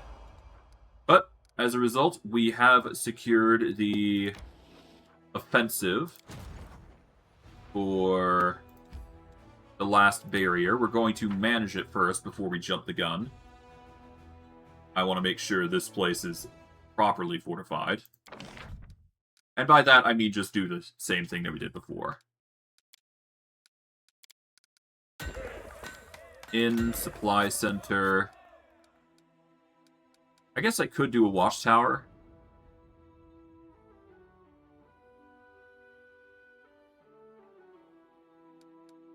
Nah.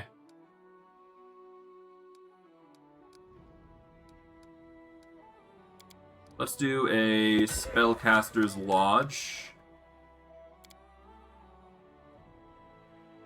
Can't make 2. But let's throw down some more archery ranges, because I really like those axe throwers. But yeah, no, that's the end of our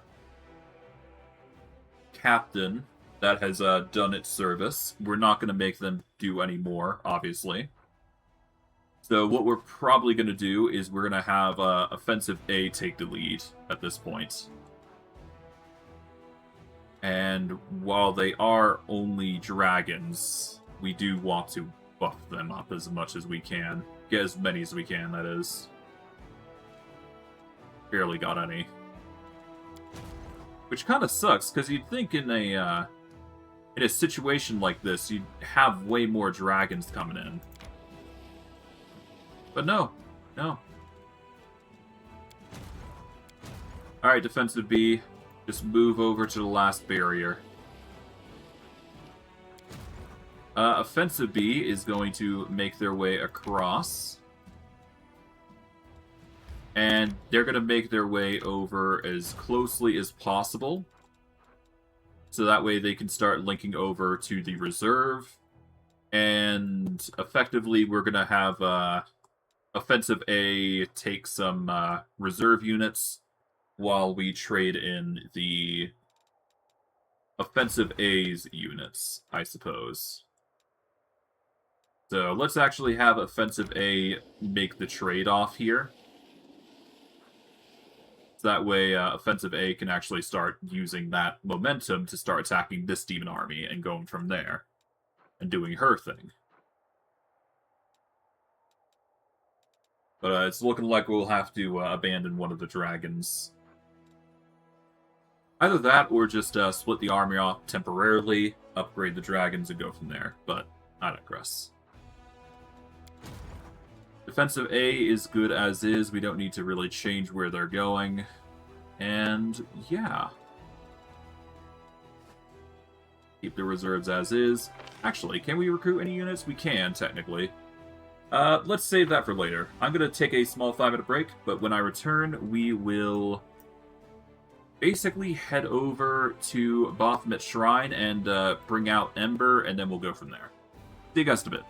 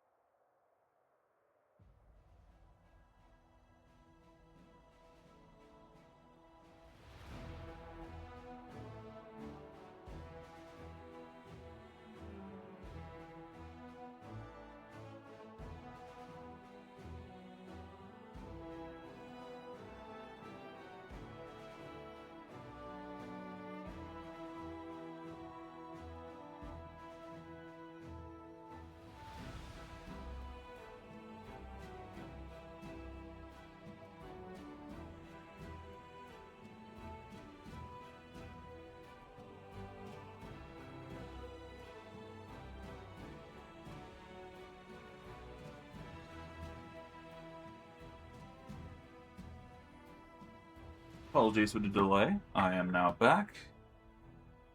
Give me a moment, and we shall be back into things. Here we go. Alrighty then.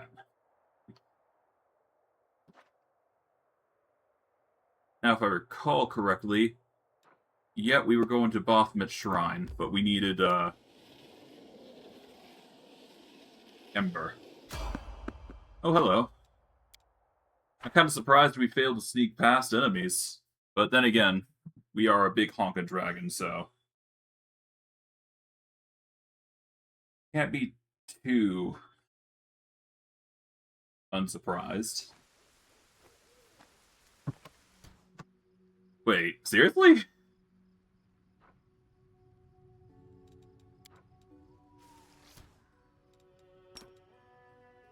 Let's casually do this then. Boom. That was easy.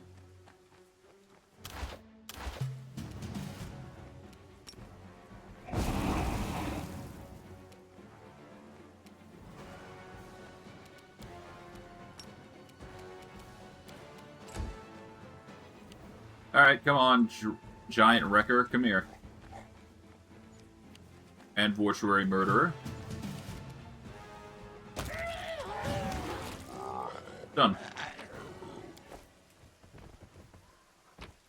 That was, shockingly simple for a hunt, but I'm not too surprised there. Considering, you know, what they did thus far.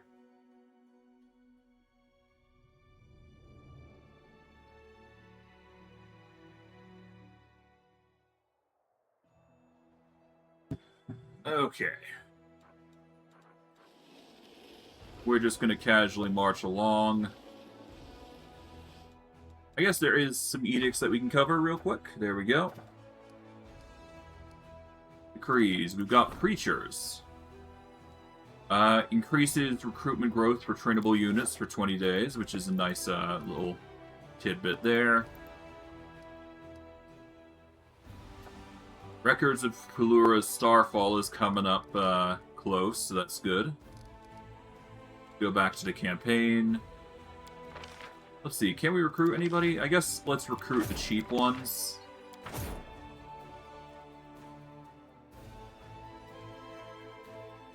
And then we'll throw in a fortune to get some more Hedge Knights, because I know we use those. And we'll throw in a fortune to get some more Paladins, because why not, right?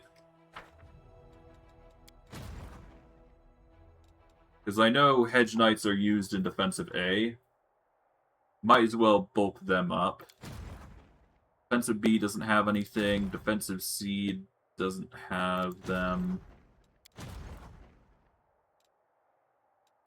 Alright, first, let's move over here. Pick up you guys.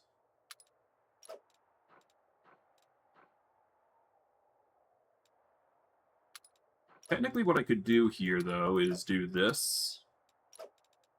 There we go.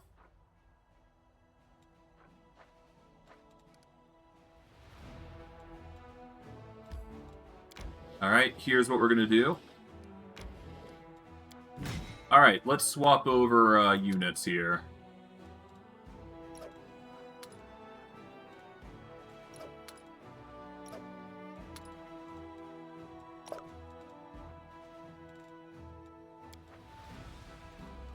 Alright, let's take out 3 unwanted units here. Well, no, we want to take out the 3 most important units, rather. So we want to take the Axe Hunters, we want to take the Houndmasters, and we want to take... the Carissiers would probably be the best choice. Yeah, let's take out the Carissiers here.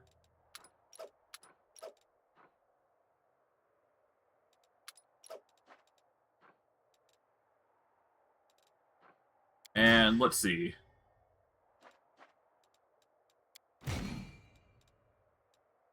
So we want to take the lowest class dragons out. We're going to take the...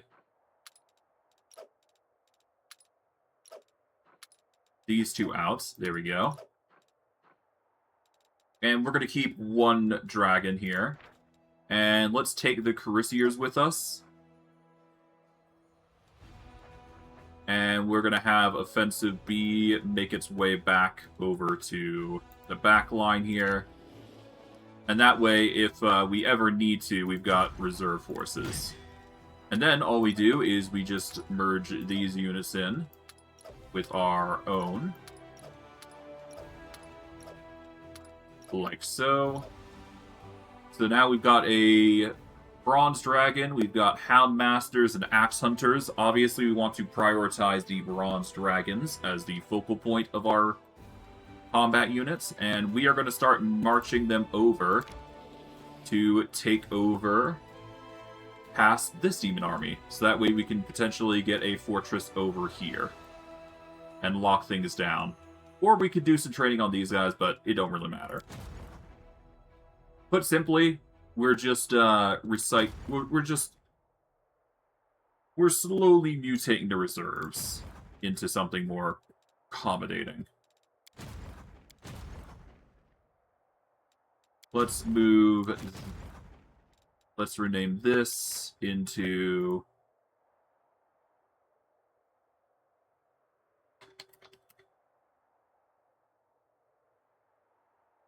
I believe it's DB.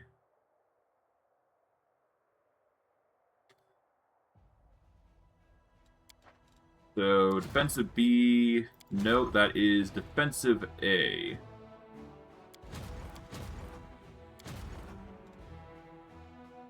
Oh no, send to DA.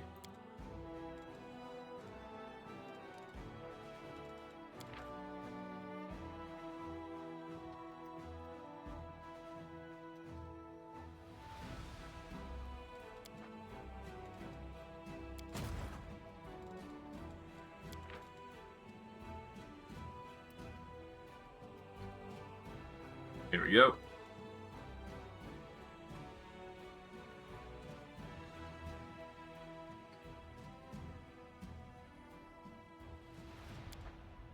Alright, continue sending this guy over to DA1. Let's split these units. We're going to move this one over. This one just wants to move over here. And I'll just merge them into the proper group.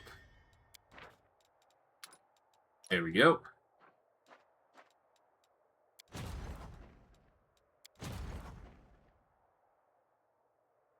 We send this to Defensive Army A here.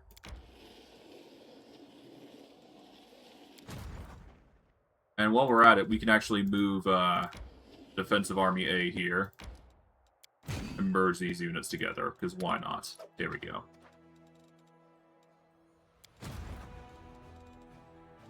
Alright, Reserve B, Reserve A, send to OB2.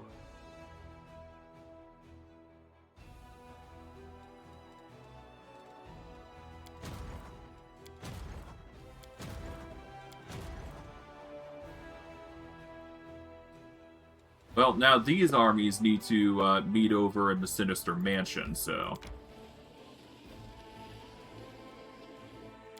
And the rest will send to the reserve. But I will keep them together while we're doing this. Because obviously, why not, right?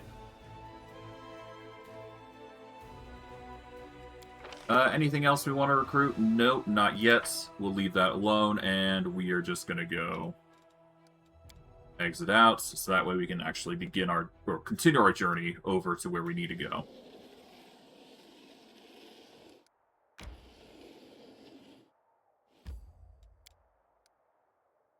Okay. We are going to go into Toy Box just to make it easier for us. Let's get Ember.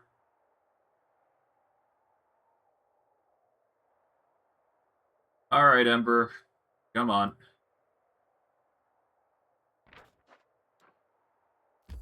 To the Baphomet Shrine we go.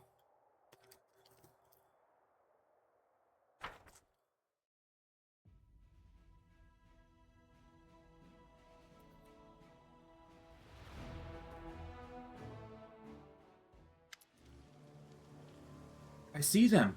Look, there they are. A demon. And Toilah's there too, standing right in front of them. He doesn't seem scared at all. Bring them to me. Lord Baphomet will be pleased, especially after he sees the blood of the apostates. Yes, almighty Sazgrad. You really think you could just walk away from the cults? You belong to us, forever. No one will save you now. Not gods, not people, not even your weak little preacher. These poor Templars continue to serve Baphomet. They do so many terrible things and don't understand they can stop at any time. They still don't understand even when people who manage to mend their ways are standing right in front of them. Must be very stupid. Let's go over there. Hurry. The Redeemed Knights can't hold out for long. They need our help. Stupid Templars. I make them see that they're wrong. You still hope to persuade the Templars to repent? I don't want anyone to die. Each time we have to kill someone, it's not a victory but a defeat. We lost someone who could have become our friend. I know this is war, and killing is part of war, but save every person I can. There's a warm glow in Ember's eyes. She radiates goodness, but also such steadfastness that it's clear that few people will find the words to contradict her.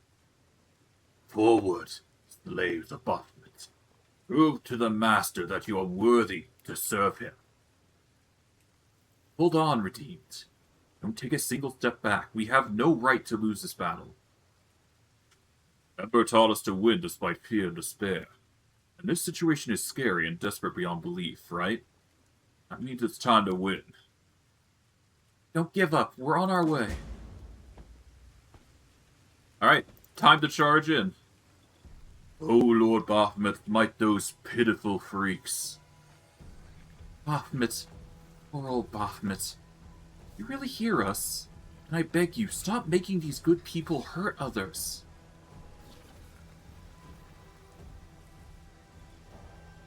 Baphomet, hear our words. We mean no harm to you or these good people.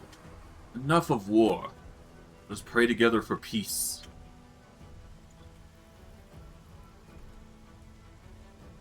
Are they praying for Baphomet's salvation? They gone insane? Or have I been the insane one all this time?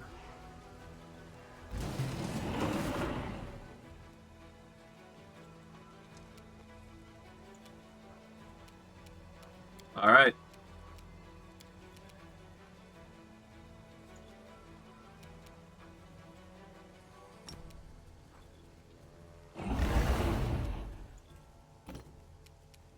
Let's move up so that way the voracious Nefalchi realizes their mistakes. They'll probably attack me or something, but we'll see. We'll see. The best case is that they attack me, in which case, there you go. We'll just skip Ember because we don't want her doing anything. We just want ourselves doing the thing. We'll go from there.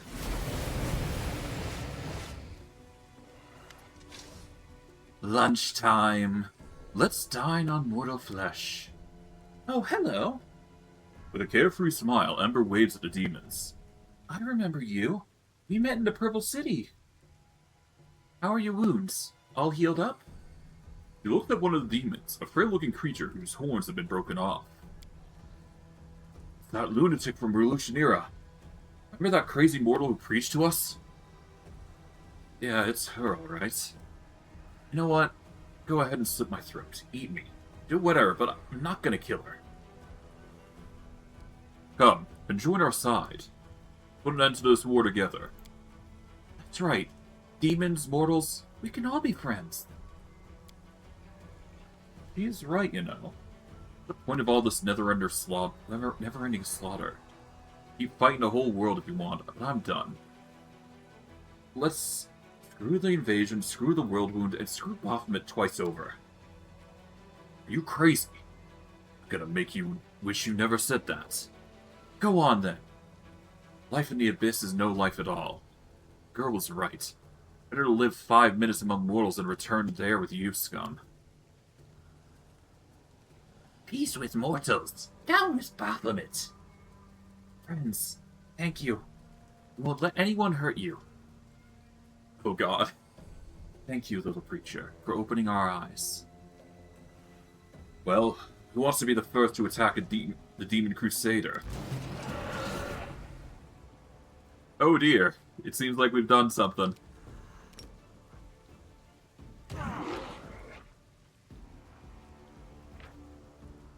Alright, well, probably gonna be in for a worse situation, but hey, we'll do the best that we can against these enemies. At least they can try and resolve their whole misgivings, but I digress.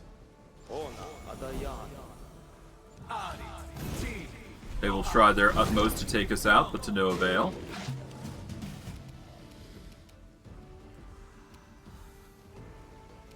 It's 5 foot here. Let's start with the Greater Clavicus. Here we go. Force them into a position where they panic. Yeah, we're gonna lose units no matter what, but that's fine. At least they're trying.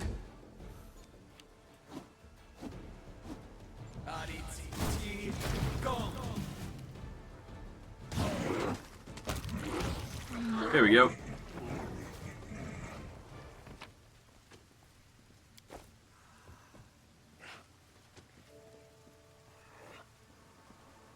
I do want Ember to stay back some, so let's just save here. I'm satisfied with the results thus far, but we do want Ember on the back line at least. Keep her as far away from turmoil as possible, if we can. Is what I would say if she didn't just do this. Stop! The elf's sonorous voice echoes over the battlefield. All present, Crusaders, Templars, even demons, lower their weapons and turn toward surprise. Listen to me. I was born the year this war began. I knew nothing about it. My father told me that good people were going on a crusade to save the world from demons. So we went too. Then my father died. But it wasn't demons who killed him. He was killed by some good knights who thought we were cultists. Stupid, right? Since then, I've watched for many years good people die stupidly in the stupid war. They die from disease, from hunger, from weapons. They kill each other because demons order them to, or out of suspicion, or out of fear. Meanwhile, demons keep coming here from the abyss. What do they get? A scrap of a wasteland, and a quick death at the end of the Crusader's sword. The world wound has brought no good to anyone. Not the Crusaders, not the cultists, not the demons. Let's close it. All together. Finally end this war. Don't listen to this mortal. Bring me her head. We do not have to fight, demon. Repent and come to our side. Don't be ridiculous. Come on! Does anyone need me to repeat my orders? I'll devour the soul of anyone who dares raise a weapon against me. And I'll start with the traitors. I'll no longer serve you. Curse you and Baphomet. Down to Baphomet. Down to the Templars. We die today, we die as Crusaders. I will devour your bodies and souls, and I'll start with this little piece of fluff. With a baleful gaze at Ember, the demon raises his hands, and a ball of ghostly flame starts to form between them.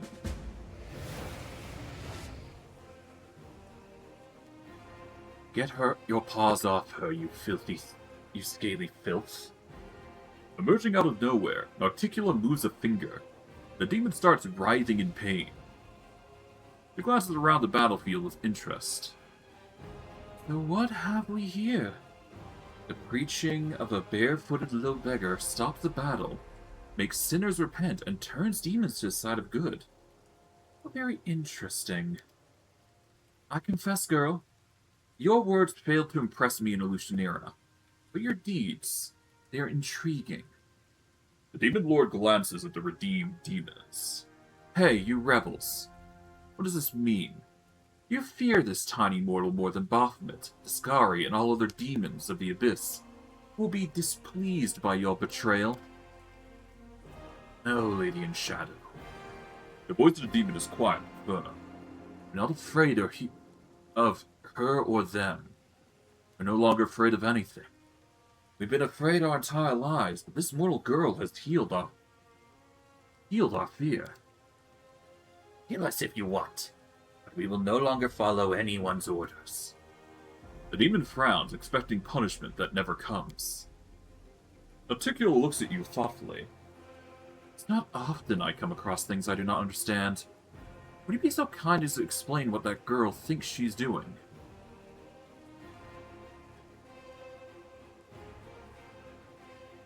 She already explained everything to you. Remember what she said to you the last time you met? I recall a great deal of crying and sniffling, with some incoherent ramblings between the sobs.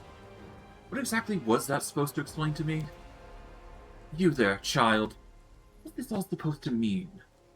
How do you make these hardened scoundrels, these blasphemers, murderers with blood dripping from their hands repent? What makes even demons who scarcely crawled out of the abyss take your side? Redeemer Queen! Hello! Thank you for protecting me.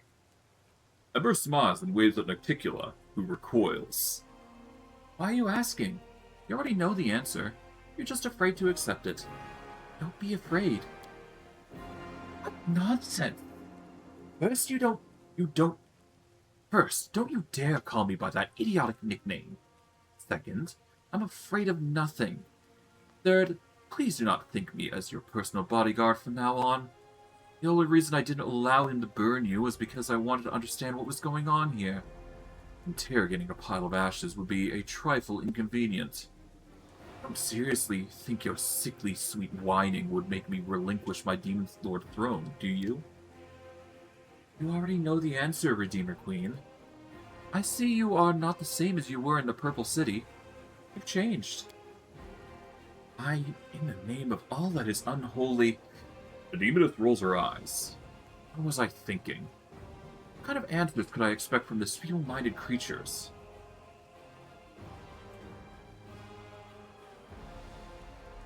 Articula, why did you come here then?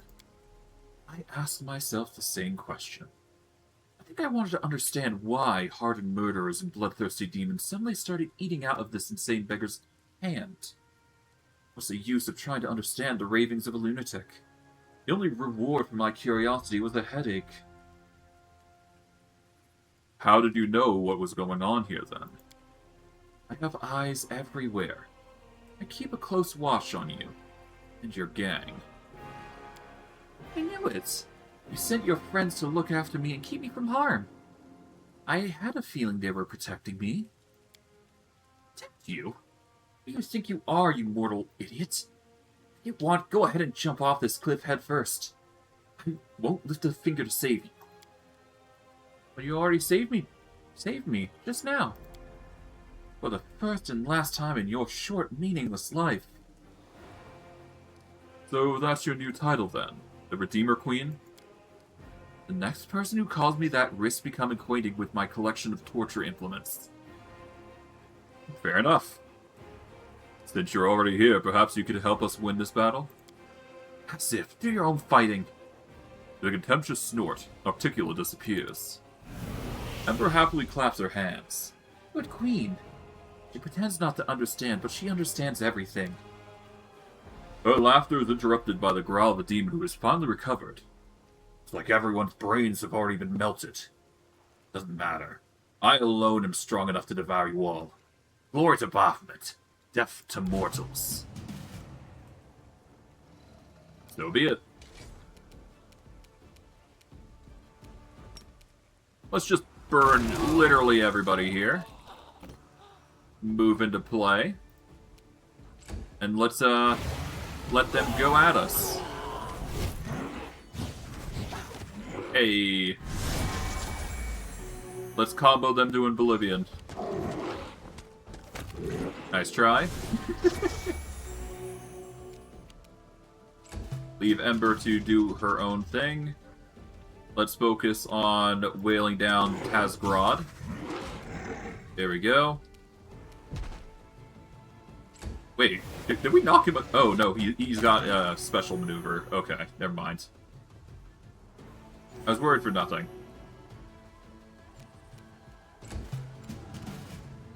Alright, well, you're prone, so no reason to not hesitate here. There you go. Done. It all worked out so strangely. We've killed many people. We've saved many people. These knights came here to kill each other, but instead, they became friends. Musing. Ember stares at the battlefield. Everyone is praising me, but I know I did nothing special. I just reminded them of something they already knew. And those demons, back in the Purple City, they laughed at my words, but I saw they were listening. I believed they would one day remember my words and understand them. And it happened. If humans can stop being evil, so can demons. Even demon lords like the Redeemer Queen. The Redeemer Queen. Do you think Nocticula is now on the path of good? Of course. She is very proud. She'd never say it out loud, but I see that she has changed. You know, I pray to the demon lords every day and ask them to come to their senses. Daskari and Baphomet don't listen to me, but she's different.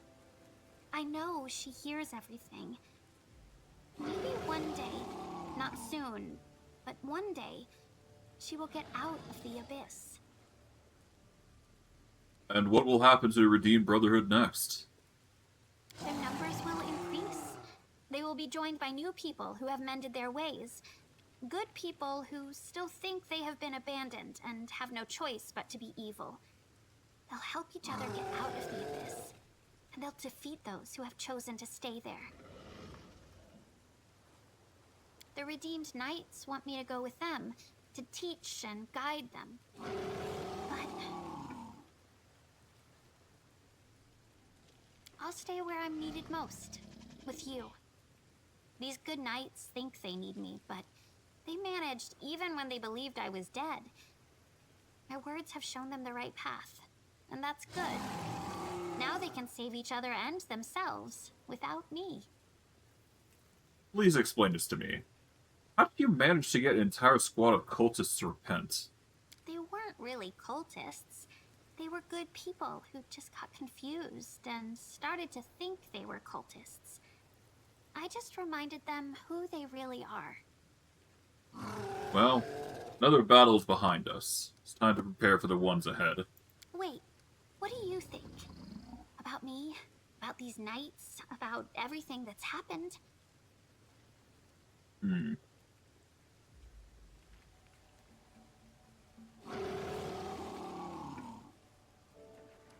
Your father would be so proud of you. My father. He was good. You would have been friends if he hadn't died. So many people I've loved have died. You're not going to die, are you? You've always been there for me. When I was scared and when I was doubtful, you supported me. If it weren't for you, I'd probably be long dead. Thank you. Alright, and with that, let's just kick Ember out of the party. Because obviously we want to get as much loot as possible here. We don't need her here for all that, so there you go.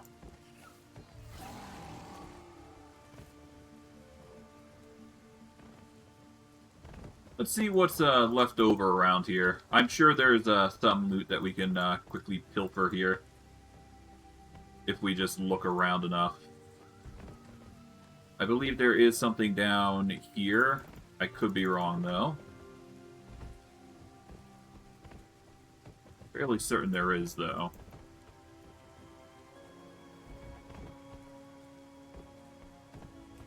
At least I thought there was.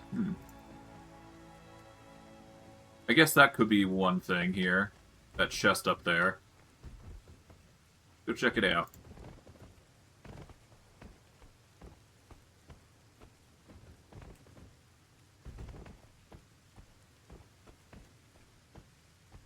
No, nothing there. How about over here?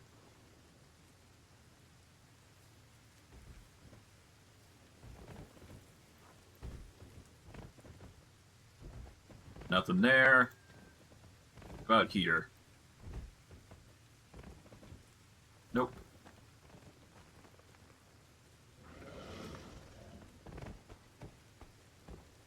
Okay, well, that's a bit annoying, but whatever. Thought there was more, but I guess that's just it. Unless my perception is sucking for the moment, which I don't think would be the case. Yeah, our perception's ridiculously high. So unless something is preventing us from seeing it, then we should be fine. Alright, let's see. What did we end up getting anyways? Let's go by newest to oldest here.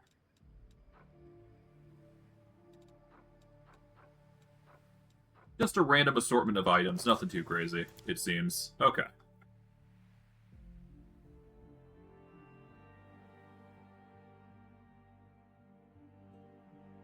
I don't think there was anything there, but who knows, right? Okay. Let's go check the Crusade log. Records of Pelura Stargazers. The calculations of Pelura Stargazers have been studied. We get the Defenders of Freedom and the Hand of Retribution. A follower of the goddess Melani has arrived in Dresden in secret and committed a murder. His victim was an officer from Galt who had run from the revolution. Next to the body, they found a note that read, "Everyone will pay," and a list of future victims that include several other officers. They deny being involved in anything. We can either help the vigilante, catch the murderer, or accuse Galt and demand compensation. If we go with this, we get 7,500 diplomacy points and 300 material points. We are not on the path of the devil.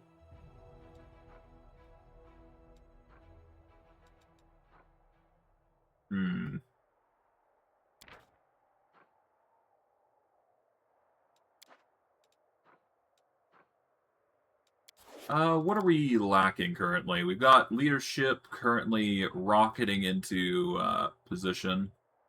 Diplomacy is basically done. So we only need military, logistics, and leadership if we're to go with anything. So let's see.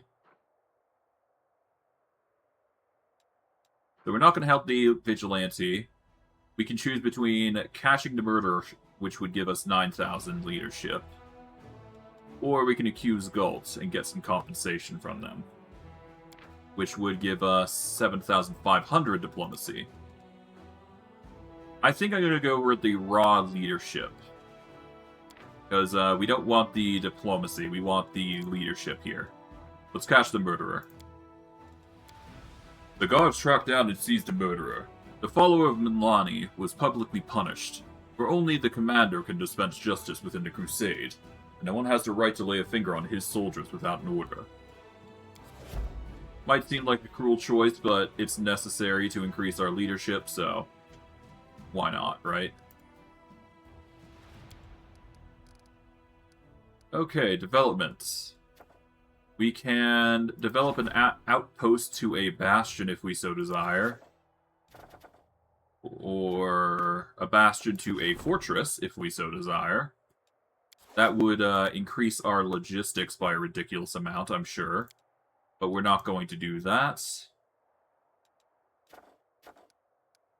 Obviously, we want to do the Northern Lights as soon as possible, so yes, we will be saccharine 20 extra days on that. It's annoying, but it has to be done. Creatures. We will do that so that we get more recruitable population. And once we are finished with the last tidbit, which is the Northern Lights, we basically are done on the research necessary in order to go into, you know, the core parts of the end game. But for now, let's just teleport our butts over to the lands of Yathwatch, I believe. And let's make our way over to Gravestone Rock, because that's at the very least, the last thing I want to do. So, lands of Yathwatch, and let's march over to Gravestone. It'll take a day and 9 hours, but that's fine.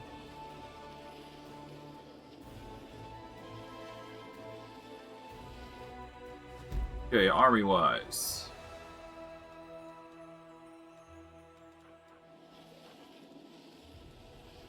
Move them over here.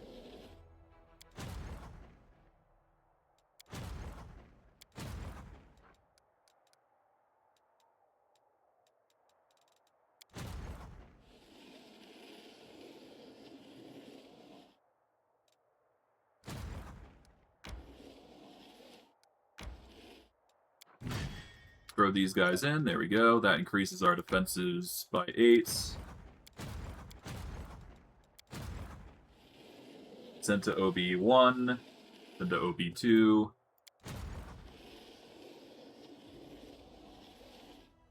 There we go. Alright, this Crusader army will make its way up over to here.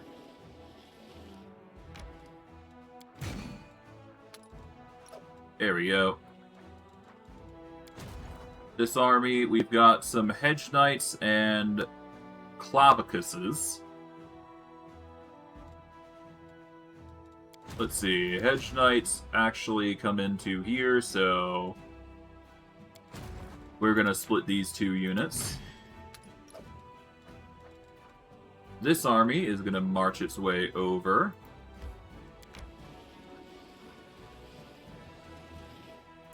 And this one will march over here to join the rest.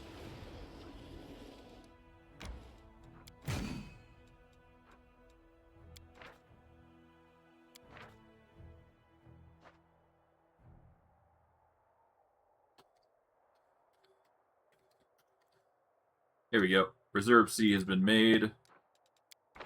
See, can we recruit anybody else? Let's recruit some either war priests or bards. Let's recruit the bards. Why not?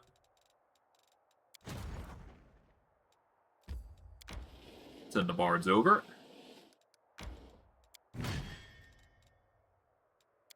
Have we got any bards in our army yet? No, so we'll just tack them onto the Reserve C and go from there.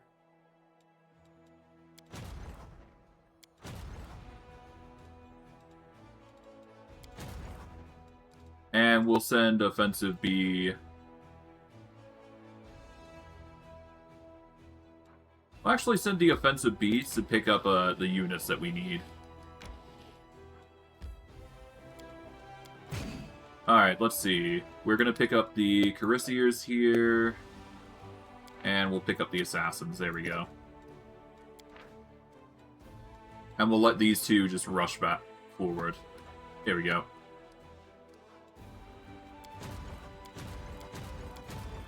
There we go. Then we just continue the march.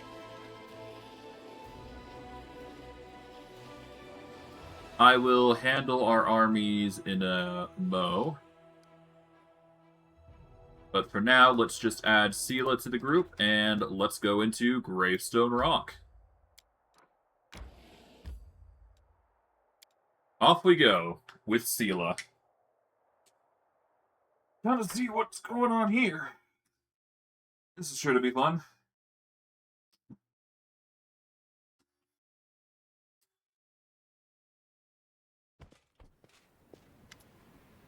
We're finally here. This whole time I've been so worried. I can't stop thinking about the stolen souls. But something's wrong. Ellen should have been here by now. He was supposed to wait for us here, but he's nowhere in sight. It takes Gianna a moment to catch her breath. Thank goodness you're here. I followed your instructions. I met Elan here. We're keeping watch when... that jeweler, Derek Storn Sunhammer. He was carrying the stolen souls. Alon went crazy. I tried to reason with him. I asked him to wait for you, but all he could think about was Kiana's soul. He rushed... Yeah. Unfortunately, we failed to discover the plot. Then again, I don't think there is a way to discover the plot. I'm not sure anyways, but I digress. He rushed it off on his own. He told me to stay here and wait for your arrival. So worried. Should have never gone alone. What is this place? What are we up against? Looks like this place belongs to those Baphomet creeps. I knew it. I knew it was one of their schemes. It's too elaborate to be Scarites. Looks like we're up against cultists, demons, the usual. We'll find Alon and his soul and souls. And we'll give those cultists a good thrashing. We'll make them pay for what they've done. I'll stay here and keep watch. I don't want any demons or cultists sneaking up and stabbing you in the back, but if you need help, I'll be there straight away. Never desert my friends again. But a League of the Inspiring Hearts, I'm so happy you're both here. We'll save the day together. Wait, hold on.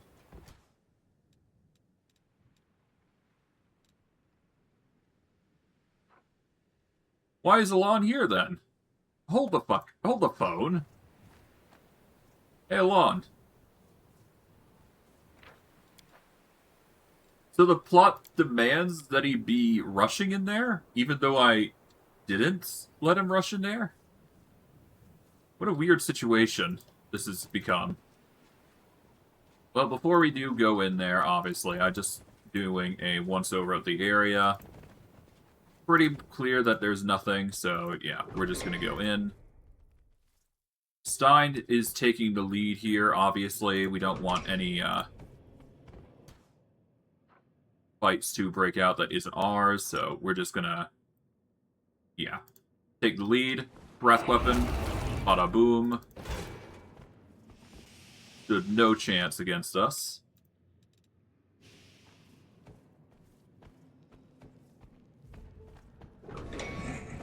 The power of breath weapon.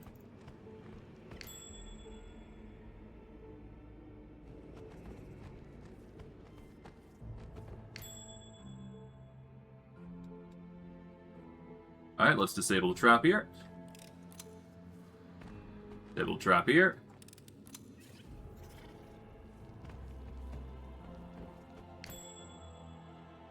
Yet another trap in the corner here.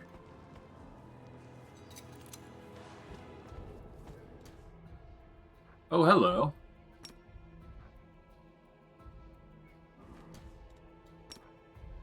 Well, I mean, how could I not do this? There we go. Catch him off guard.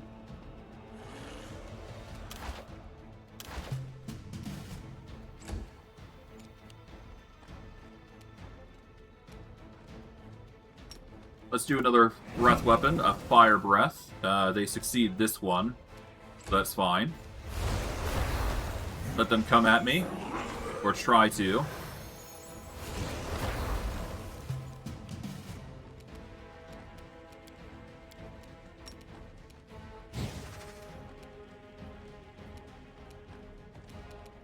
Alright, first the attacks here, there we go. And then the Shadow Walker. Keep Seelah just on the back line doing their thing.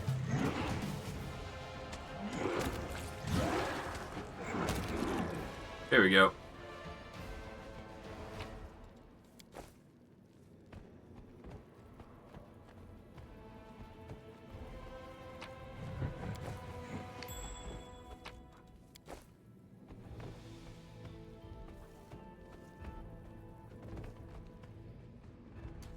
Okay, so far so good on the exploration part.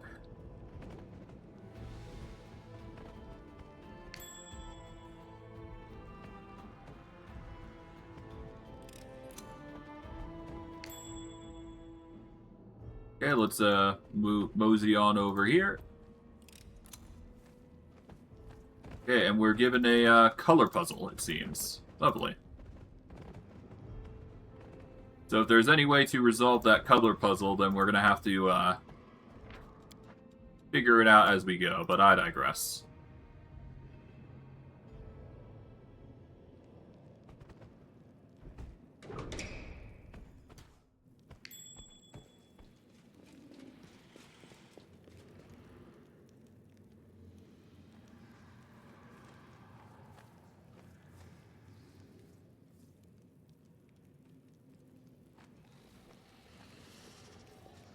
Oh, there you are, Seelah. Okay. Just waiting for the actors, basically. Master Derek looks just as friendly and polite as he did on the day he welcomed you into his jewelry shop in Dresden. His attire is still rich and exquisite, but it now features a gem-encrusted symbol of Baphomet. A grotesque shadow hovers beside him. A demon, perhaps the same one that stole the jewelry at Elon's wedding.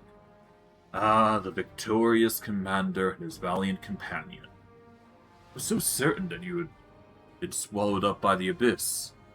Oh well, life is full of disappointments.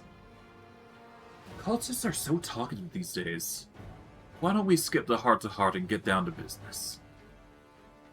The demon at Master Derek's side laughs nastily. Why, valiant paladin, don't you want to know who you've really been dealing with the whole time?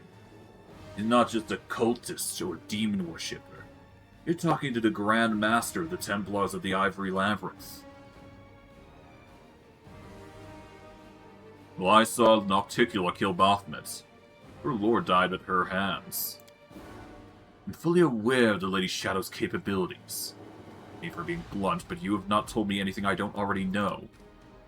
Do not mourn my master's temporary demise. Defeat is nothing more than a setback.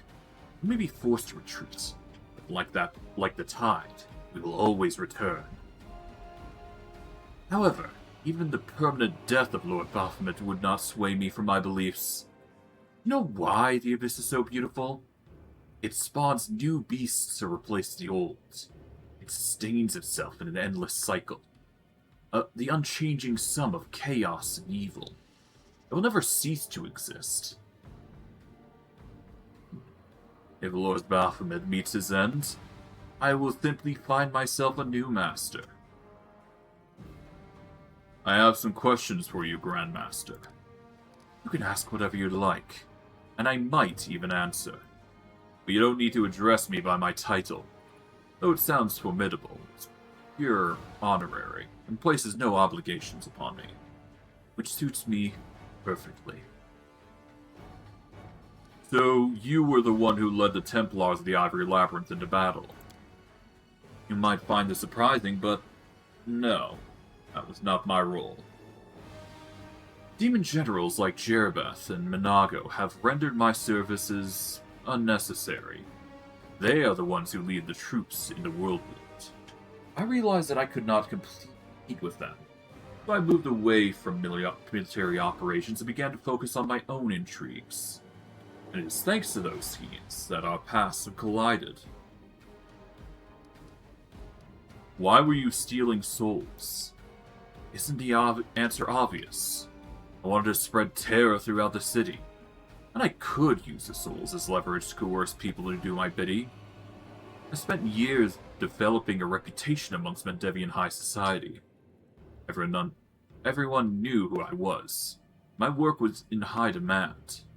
Then, slowly, with almost surgical precision, I distributed the demonic jewelry. I knew when to sell someone a useless bauble, and when to give someone something special. Then I ordered the demons to act. All of the jewelry had gemstones that were designed to ensnare souls. I told the demons to capture the souls of the jewelry's owners and bring them to me. All across Mendeb, dozens of mortals were suddenly trapped. All of their friends and loved ones were left alone with their grief. They held the lifeless bodies of their children or their beloved, and clung to the hope that maybe, someday, there would be a way to bring them back. And that's when I struck. I threatened, coerced. I offered hope. I did everything I could to tear down your crusade from the inside. If you had stayed in the Abyss for a little longer, Even a couple of months would have sufficed. You would have had an altogether different welcome waiting for you. You would have returned to find Mendev engulfed in civil war. I've met all kinds of monsters, but none of them have been this full of themselves. Oh, brave, brave paladin. You know so little of this world, understand even less. Who is that demon standing next to you? You don't know me, but I know you. We've met several times. Except I was controlling the body of your friend, the nimble but empty-headed Curl. How did Seelah, Curl, and the others get involved in all this? It was all the result of a rather absurd series of coincidences. It started when a certain knight, burning with love and passion, came to buy a ring for his bride-to-be. He was willing to pay quite an exorbitant sum. Now, I don't normally waste my time with mundane, ordinary folk. However, his ardor, and the strength of his love, along with the fact that he was the one of Iomede's nauseatingly righteous lackeys, made him irresistible. So I decided to craft him a ring with a demon inside. I took great pleasure in the thought that someday he would realize he had given a deadly gift to the person he loved most. He would have had to live with the knowledge that he had doomed his beloved to terrible fate. Well, thank you for the valuable life lesson. I can assure you that this nauseatingly righteous knight has taken it to heart. I thought you were a master of intrigue, cold-blooded and cunning. You're not clever or cunning, you're just cruel. There's nothing special about your schemes, they're just an excuse to hurt people. The more you talk, the more I want to kill you. Every word you say brings you closer to your inevitable demise. But I haven't even told you the best part, brave paladin. Most ridiculous coincidence of all was the halfling Curl. Did you know my Templars recruited him? He's been our informant for a long time. You're lying. Not at all. The condemned provide an endless supply of recruits. They're easy targets. What they lack in quality, they make up for in quantity. We recruited Curl when we were preparing for the attack on Canabras. If there's any consolation, the fool quickly grew disenchanted with Baphomet's cause. He refused to spy for us, but gave him a good scare and he gave up. We barely had to torture him at all. He continued to spy for us, but he dreamed of escape. He clung to the hope that someday he could run away. Not just from us, but from the Crusades as well. He wanted to go far, far, far away, where no one would ever find him. And one day, by complete chance, he found out about the ring that Master Derek gave to the foolish knight Elon. The ring I was hidden in. But he had thought it was some priceless artifact. He thought that if he stole it, he could sell it and use the money to start a new life elsewhere. He went to the deserted camp, grabbed the ring, and gave me his lovely, agile body, as well as a chance to have a good laugh. So amusing to pit the valiant paladin against her brave knight friends. Give us back the souls and I'll let you go. No, I don't think I will. I won't let all my hard work go to waste. I'll take my chances against you, Commander. The odds may be less than ideal, but it's a risk worth taking. Look at your friends, brave paladin. Look at the Commander, the Crusade's greatest hope. You have led them all to your deaths. I don't think you really understand it, though.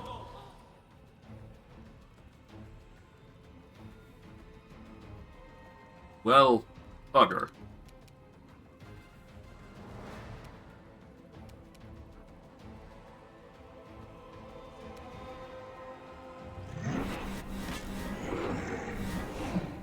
Well, this is probably going to result in our loss, because next turn, then... Yeah, next turn, Seelah is probably going to be in a situation where we're going to have to reload. Watch it. Watch round 3. Yep. I figured that was going to be the case. Damn it.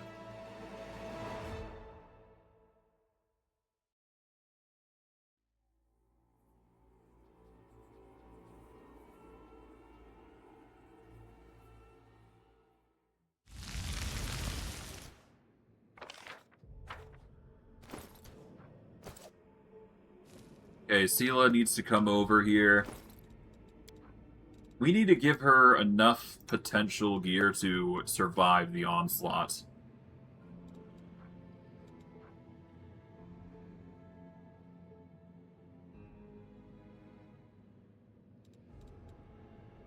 Okay,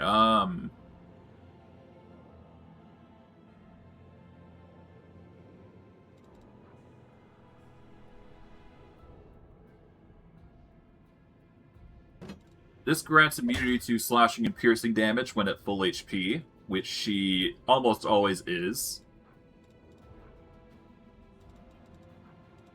Let's go by price in descending order. That'll give us the best armor.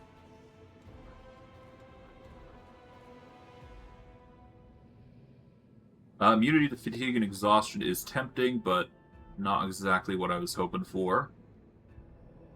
That's immunity to bombs, which we don't need.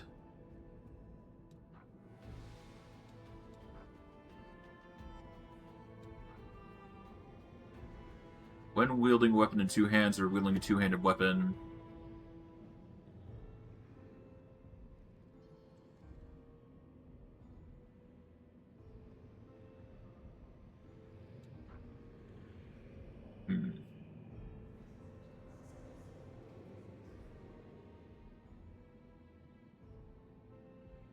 Grants immunity to fire and acid.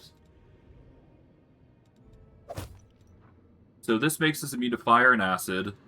This makes us immune to slashing and piercing. What does, What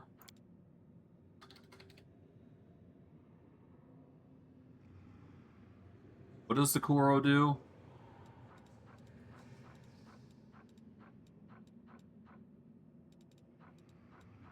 I should have a spell of it, because I do remember grabbing some.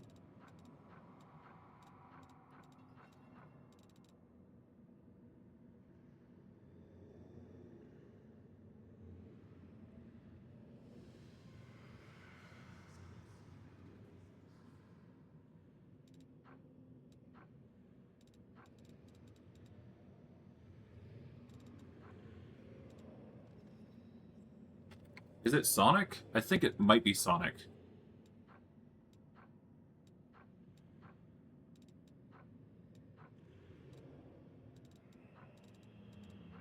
Alright, well anyways,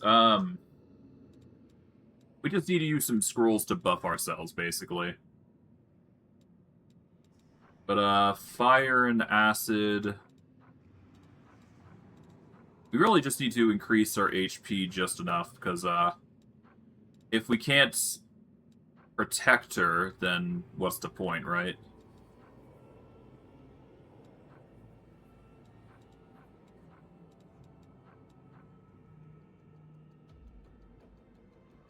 You know, there is another way I could actually do this, actually. Hold on. I've actually done it before, didn't I? Last I recall. There is one other way we can handle this situation, and that's just kicking her from the party until the enemy looks like it's it looks like it's basically over.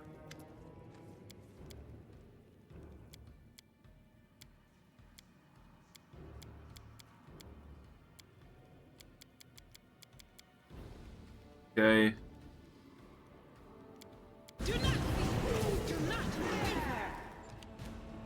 Okay. Thankfully, it seems like Seelah did manage to get her turn in. We are going to temporarily kick Seelah from the party. It might cause a bit of a bug, but we're going to make it work. Alrighty.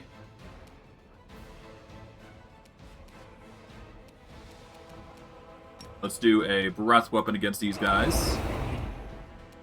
That is going to do damage, so that's good. We'll move up here.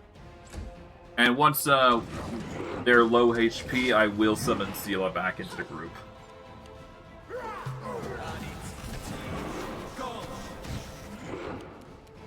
Okay.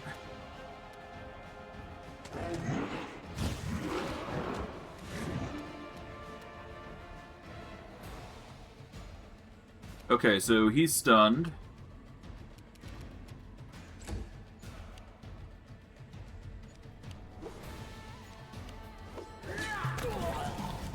Alright. Let's add Seelah back. Oh, whoops. Did not mean to do that. Hopefully that doesn't result in Seelah dying, and it does. Okay. Damn it. Woe be to me. Woe be to me. Yeah, well. Could be worse.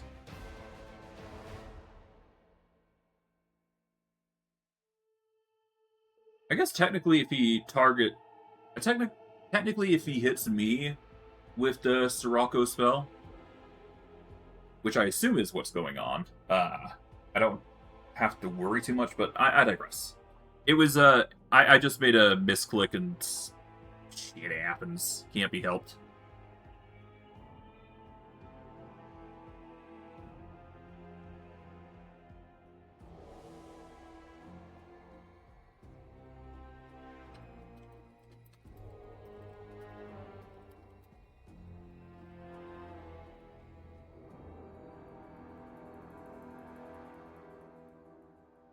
Okay. I think the game crashed on me. Yeah, no, it's not responding. Let's close the game. Apologies for that. Give me a moment to reload the game, and we will be back with it. There was a lot of things that happened there, and the misclick was obviously just one of many issues. Couldn't be helped. Thankfully, we do have a save there, so it's not like it's a huge ordeal that we lost it. But yeah. Annoying that it had to go that way.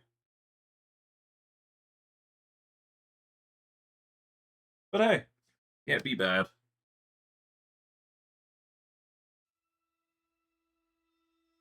Alright. Let's finish this off strong.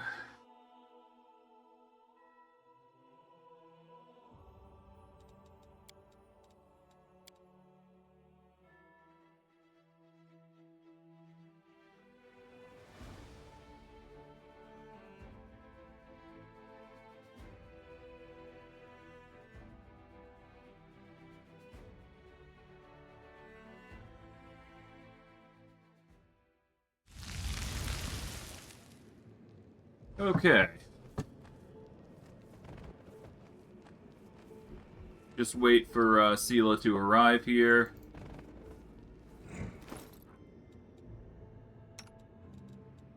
We're just gonna quickly give her the gear that I talked about earlier. Let's just give her the shield. We'll go by price in descending order. So first we want the Welcome Respite to give her fire and acid resist, and then we want this shield, which gives her immunity to slashing and piercing. I suppose technically I could give this to anybody. Well, what? It don't matter. I'm just rambling at this point.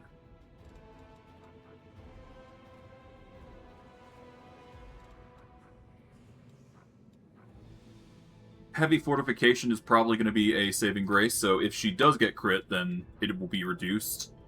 But honestly, that's probably not going to do much for her. Really.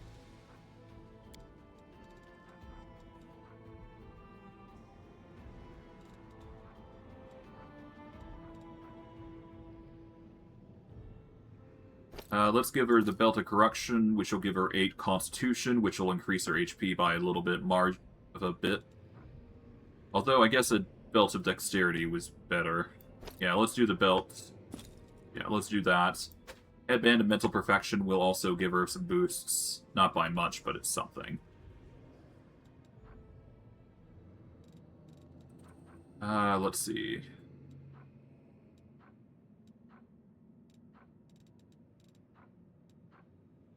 Don't need the all-around defense. Amulet of Natural Armor will give her more AC. The ring will give her an additional +6 AC. I guess I could get this, which will give us a morale bonus to AC, but no more than 3 for each ally, but we don't need that, really. Cloak of Resistance 6 will make her saves a bit better. Where is that thing? It was the ring, right? It's a +6 ring. Here it is. This will give her 37 AC. This just makes her immune to blindness and gaze attacks, which we don't really need. Anything for the eyes? Not really.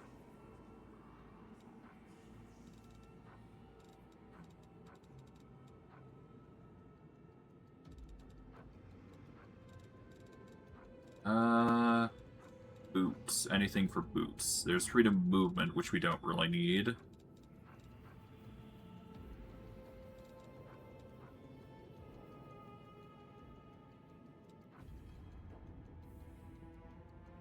+6 enchantment bonus to Constitution and ability to cast Cure Serious Wounds. Nope.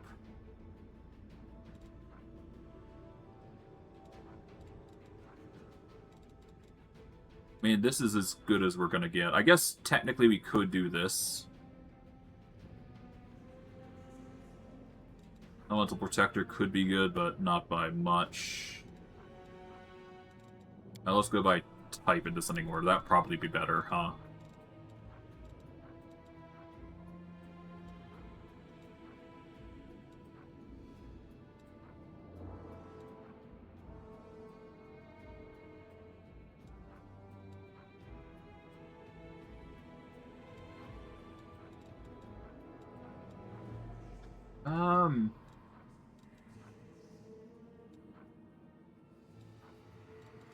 Don't need the cloak, really.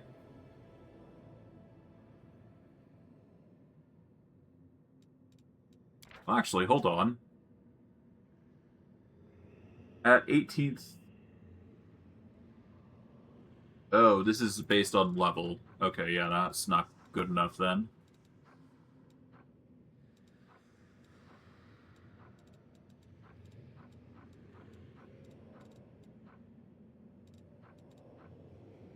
Boots, let's see.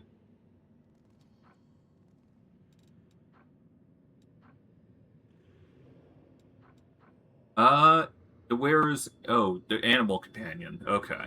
That's not good for us then.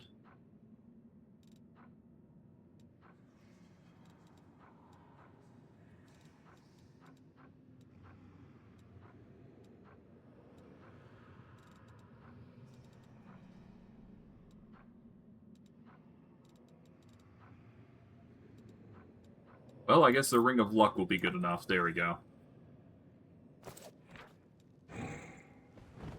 Alright, come on. Let's save here. We'll just de-equip Seelah when we're done. But yeah, let's do this.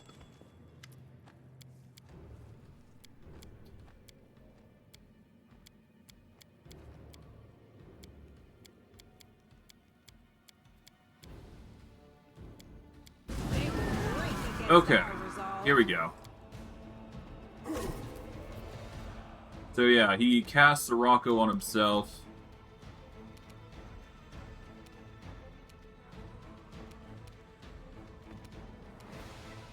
Let's throw hands with the Clavicus here specifically, because he's going to be the biggest issue. And we're going to move Seelah immediately out of the radius, because she needs to go. So yeah, we're just going to move Seelah out of the room. Make her be the least attractive target. Alrighty.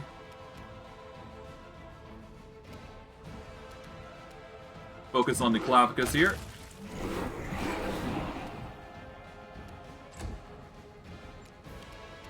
Make sure Seelah is as far away as possible here.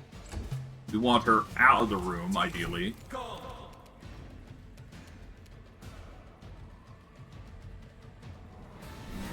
Yeah, no, Derek Sunhammer is in for a rough time.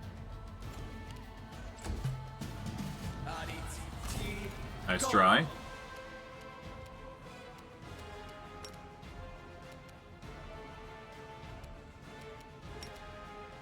Let's just casually breath weapon you both. And there's one more battle that we gotta do.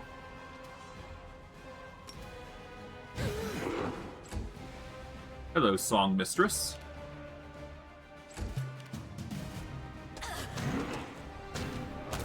Ah, strength damage. Pain. Master Derek Sunhammer is gravely wounded, but he does not lose his composure.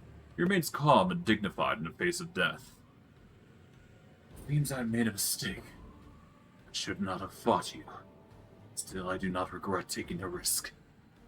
He turns to Seelah, and there's a malevolent gleam in his eye. You may have the commander by your side, but look at yourself, Paladin. Look at those you've taken under your wing. Derek's mouth twists into an unpleasant smile. Your friends are a thief, a coward, and a stubborn oaf. You couldn't unite them or inspire them to great deeds. On the contrary, you made everything worse. Yet here you are now, blaming me for everything that's happened, as if it's all my fault. Somehow I'm responsible for all your woes. Why your plans and schemes that ruined your lives? You believe that if you can just rid the world of evil people like me, it'll become a paradise. Life will be fair and just, and everything will be joined together in the bonds of friendship. Seelah stares at Derek's lifeless body. He's breathing heavily, but you can tell it's from the intensity of the battle, or if she's simply overwhelmed with emotion. Is it over? Have we removed the evil? Why that cultist scum? Even on death's door, he was still spewing venom. Wait, we won, right? We completed our mission? Her eyes light up with excitement, and an incredulous smile spreads across her lips. Doesn't matter. He tried to poison our souls, but his words mean nothing. He is lost. Commander, Seelah, spoke harshly to you before. Said things that I regret, but I should never have doubted you. This victory would not have been possible without your help. Seelah listens to all of this in silence, then she turns to you. There's question in your eyes. Don't pay any attention to him. He's a cultist. Why would you believe a word he says? Seelah smiles grimly. Yeah, you're right. We'll discuss this later.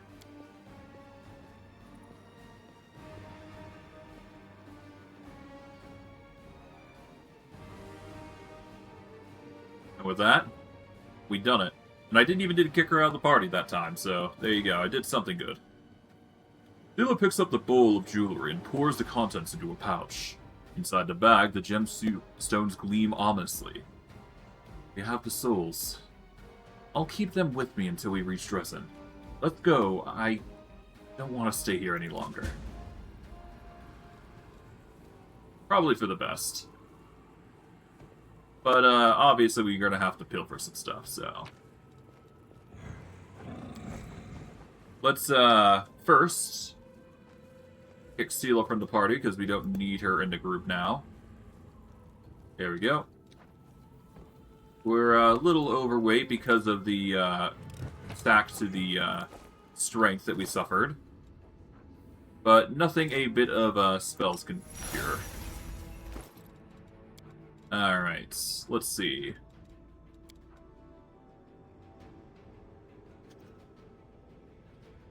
Let's see. Restoration. Let's use lesser restoration as much as we can. 3 is a good start. Alright, that's 4. 5 gets to cure. Okay, there we go. And now we can level up.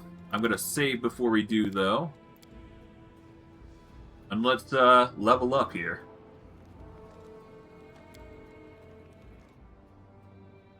Alright.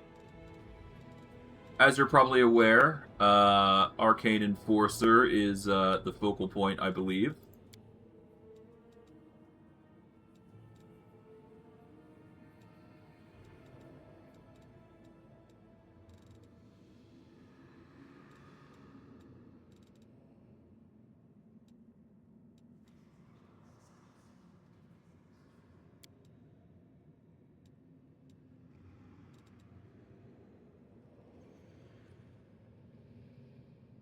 Okay, so the checkbox is for multi-class. I don't want to select Slayer from the list, so we should choose something else. I think naturally the choice was to go Barbarian, because that just increases our statistics in Barbarian stuff, but we don't necessarily need to do that. Although we can, in order to increase our Mighty Rage, but there isn't really a need.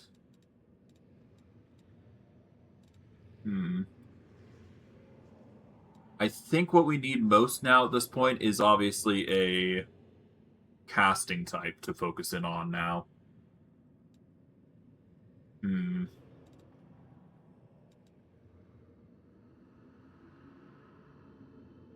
I could also focus into Rogue and get some more sneak attack, to be fair.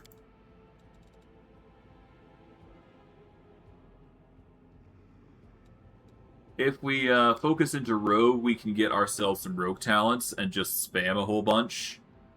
And in order to get more power, we are going to need things like Debilitating Injury just to reduce the enemy's defenses and whatnot, so that's just going to be another thing to add to the list. I guess in this case, Thug might be the way to go in our case. Because that will allow us... Well, it'll get rid of the danger sense, which loses the trap finding and all that, but we have such a high perception that it's not a huge ordeal. And we also get the frightening ability, where if we intimidate just barely high enough, the duration of Shaken is increased by 1 round, but we can also make enemies frightened. The question about the issue with Frightened, though... A frightened creature may start to flee, is the issue. That is something worth noting. So it may not be that good of an idea, actually.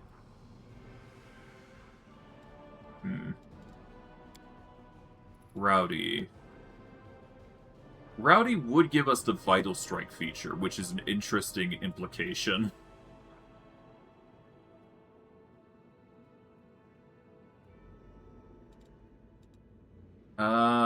Eldritch Scoundrel would give us some cantrips we could potentially use, I suppose. We could also craft scrolls. And we would get some spell casting, but I don't think that's necessary. Dark Lurker. Dark Lurker would give us Blind Fight, which is actually pretty powerful. And at level 20, we gain Blind Sight, which is another feature we could potentially benefit from.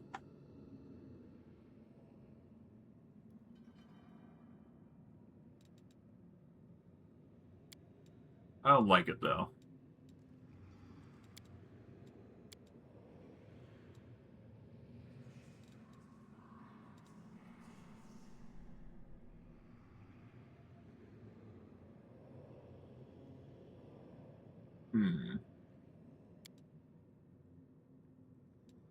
Let's check Sword Saints, because I believe I checked this before and I thought it might work, but...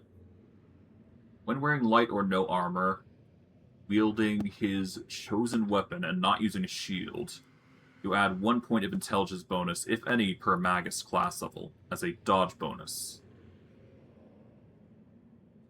to your armor class. And the weapon can technically be any sort of weapon, even natural attacks, I believe.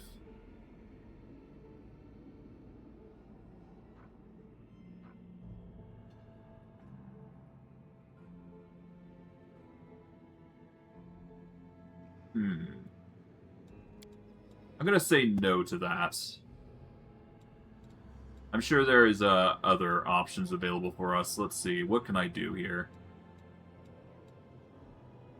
I mean, Barbarian would be the simplest choice, wouldn't it?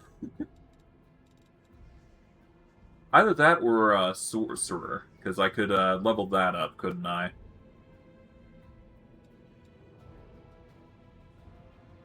You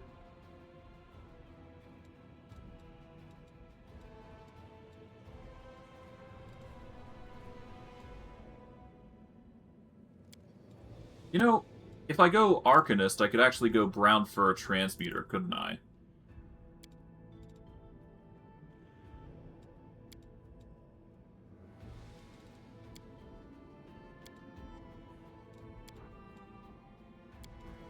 Yeah, let's just reset the interface and see what we can go with here.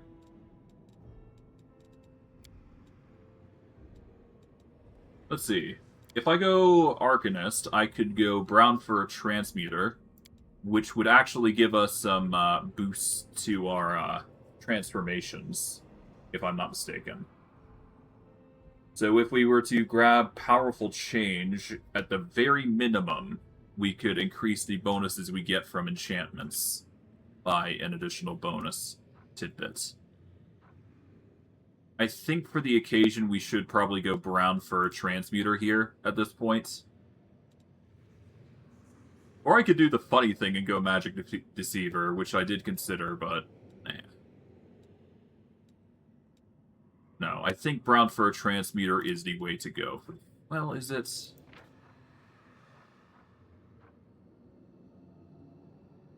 Yeah, I suppose we do get access to a few Arcanist exploits, but I don't like those. The woes of choosing a level up.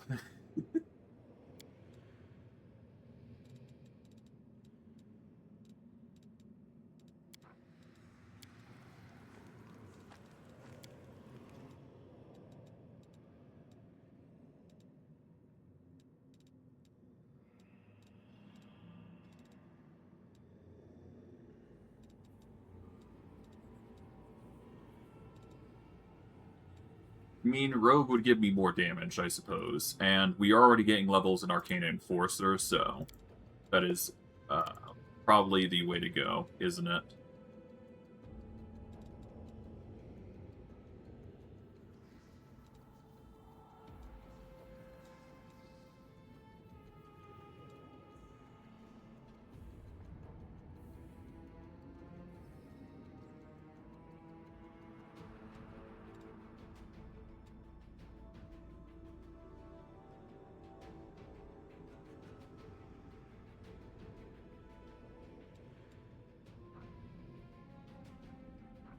Well, either way, if we go into Finesse training, we can get some serious bonuses to our damage as well, now I think about it, but... but we lose out on so much if we do that, so that's not really great. What's Ranger like? Ranger could be fun. Aside from... yeah, no, most of it seems to be, like, focused into favorite enemies, which isn't really amazing, but, I mean, it is optional.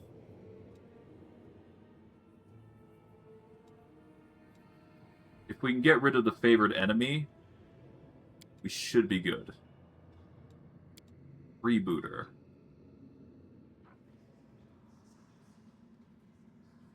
Okay, no.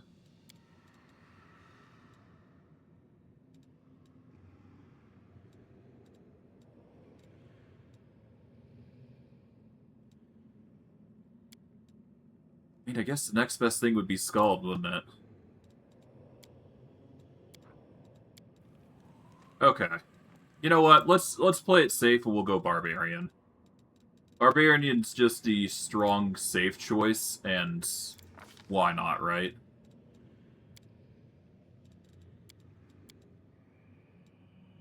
Okay. Let's see. 26, 27, let's do 26 to use Magic Device, and we'll throw down a extra point into Mobility, why not? Alright, what's next? Oh, right, a new feat. Let's see.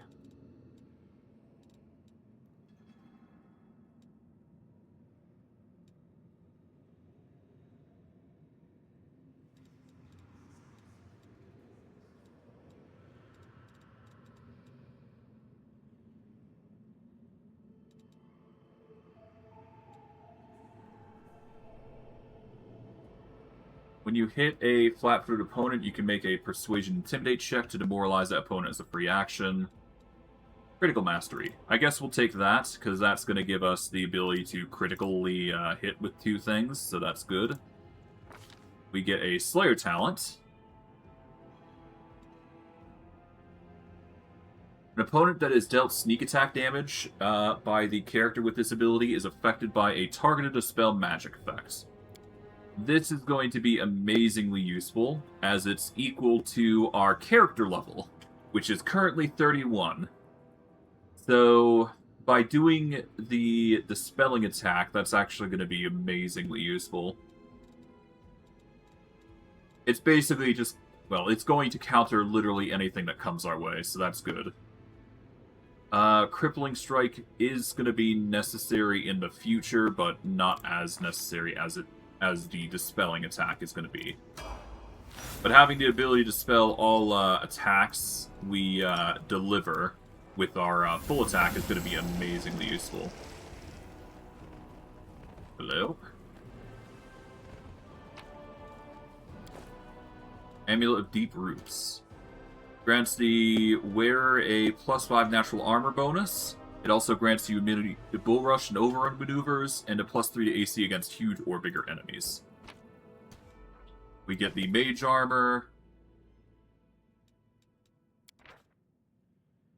Chikedalny is a gem that is often overlooked. Its color evokes the pale blue hues of deep snow, much like the warm yellow glint of amber brings to mind the fire leaves of autumn.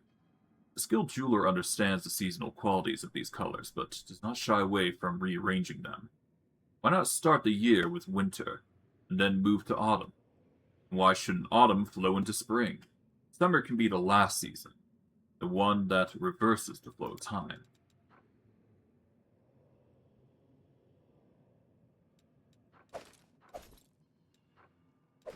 We're getting the hammer masterpieces, and a whole bunch of other stuff. Ring of the Renowned Artisan. +12 to Arcana, and +5 to craft potions with skills.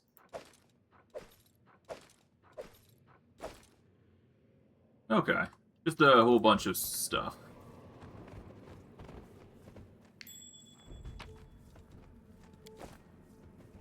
And what's this? Gold.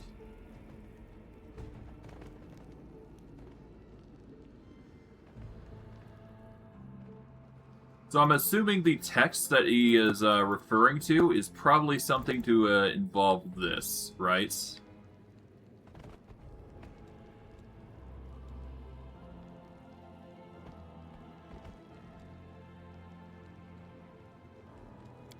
And I guess I put that in there. There we go. And that's probably invoking what the note says, right?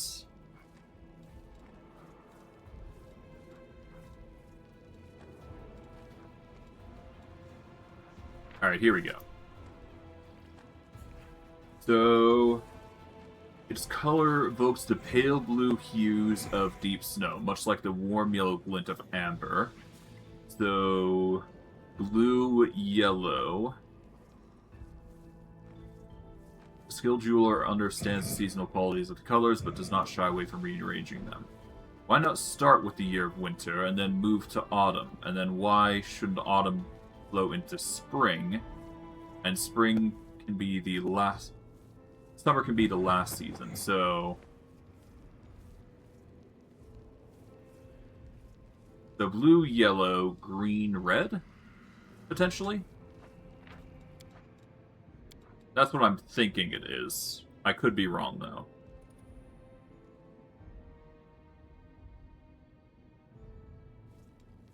Blue, yellow, green, red. There we go. Easy peasy.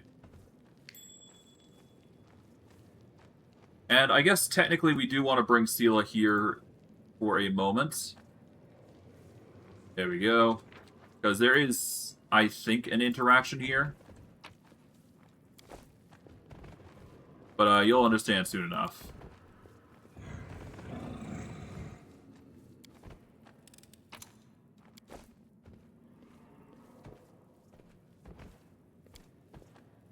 The piece of wall is definitely a hidden door. It's not hard to see that it looks different, or to find built-in mechanism.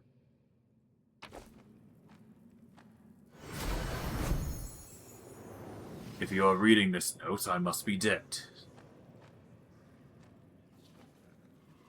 And even in death I have lured you into my trap. It is a sure path to the grave.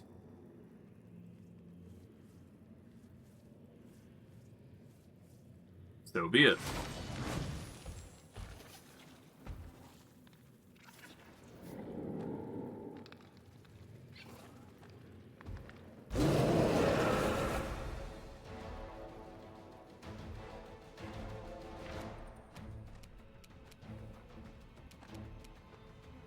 Well, let's kick Seelah out of the party real quick.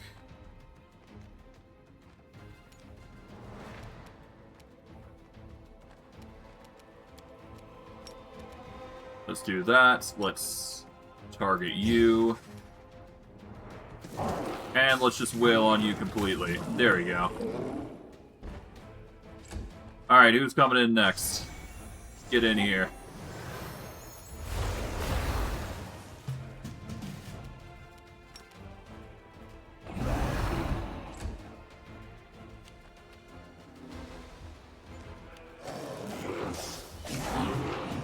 Out. Okay. Take you out first. And then you. What a miserable trap.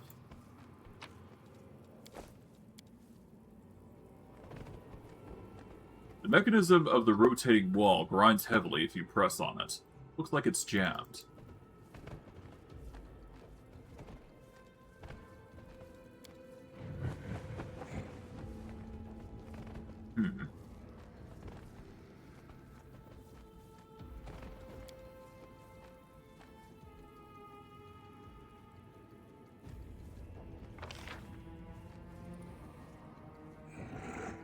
One moment while I do a quick Google search. I need to check something real quick.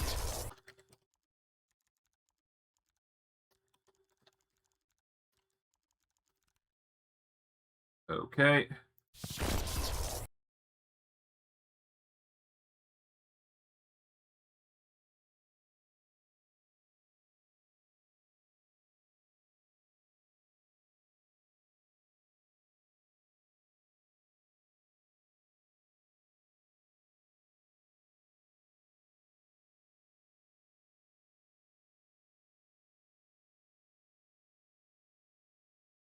Okay, and do the reverse colors if you want to get a something else. Okay.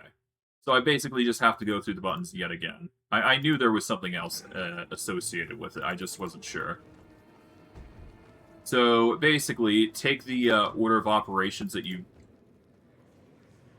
Oh. Let's load that then.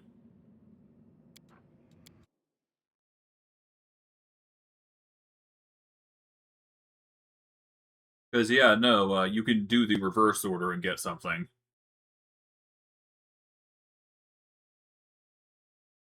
I guess it jams if you trigger the chest early. So, blue, yellow, green, red. That opens the chest, but then you can select them again. And what you do is you do... red, green, yellow, blue. And as a result, this turns around. So you can choose between fighting or whatnot, but if you choose to do this way, you get access to this, the gnawing magic.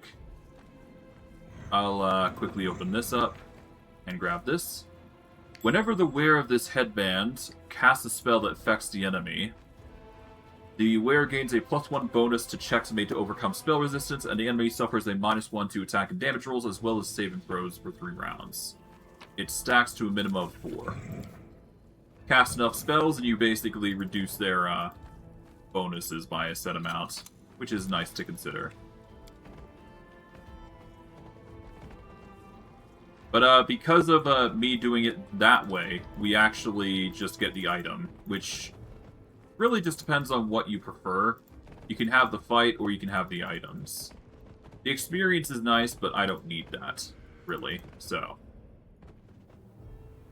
yeah, let's get out of here. And with that, I think I am going to wrap it up for today. We've managed to do quite a bit of progress thus far. Nothing too crazy, I would say, but yeah, it's something. It's enough. So yeah, we've managed to not only deal with the... We've managed to deal with Selvaros. We've managed to help out Ember with the Shrine. And we've also helped Seelah with the Gravestone Rock. Next stream, what are we going to be doing? We're probably going to go over to the Bear Maw's Shrine, and then we'll probably deal with the trap that Darren has. And from there...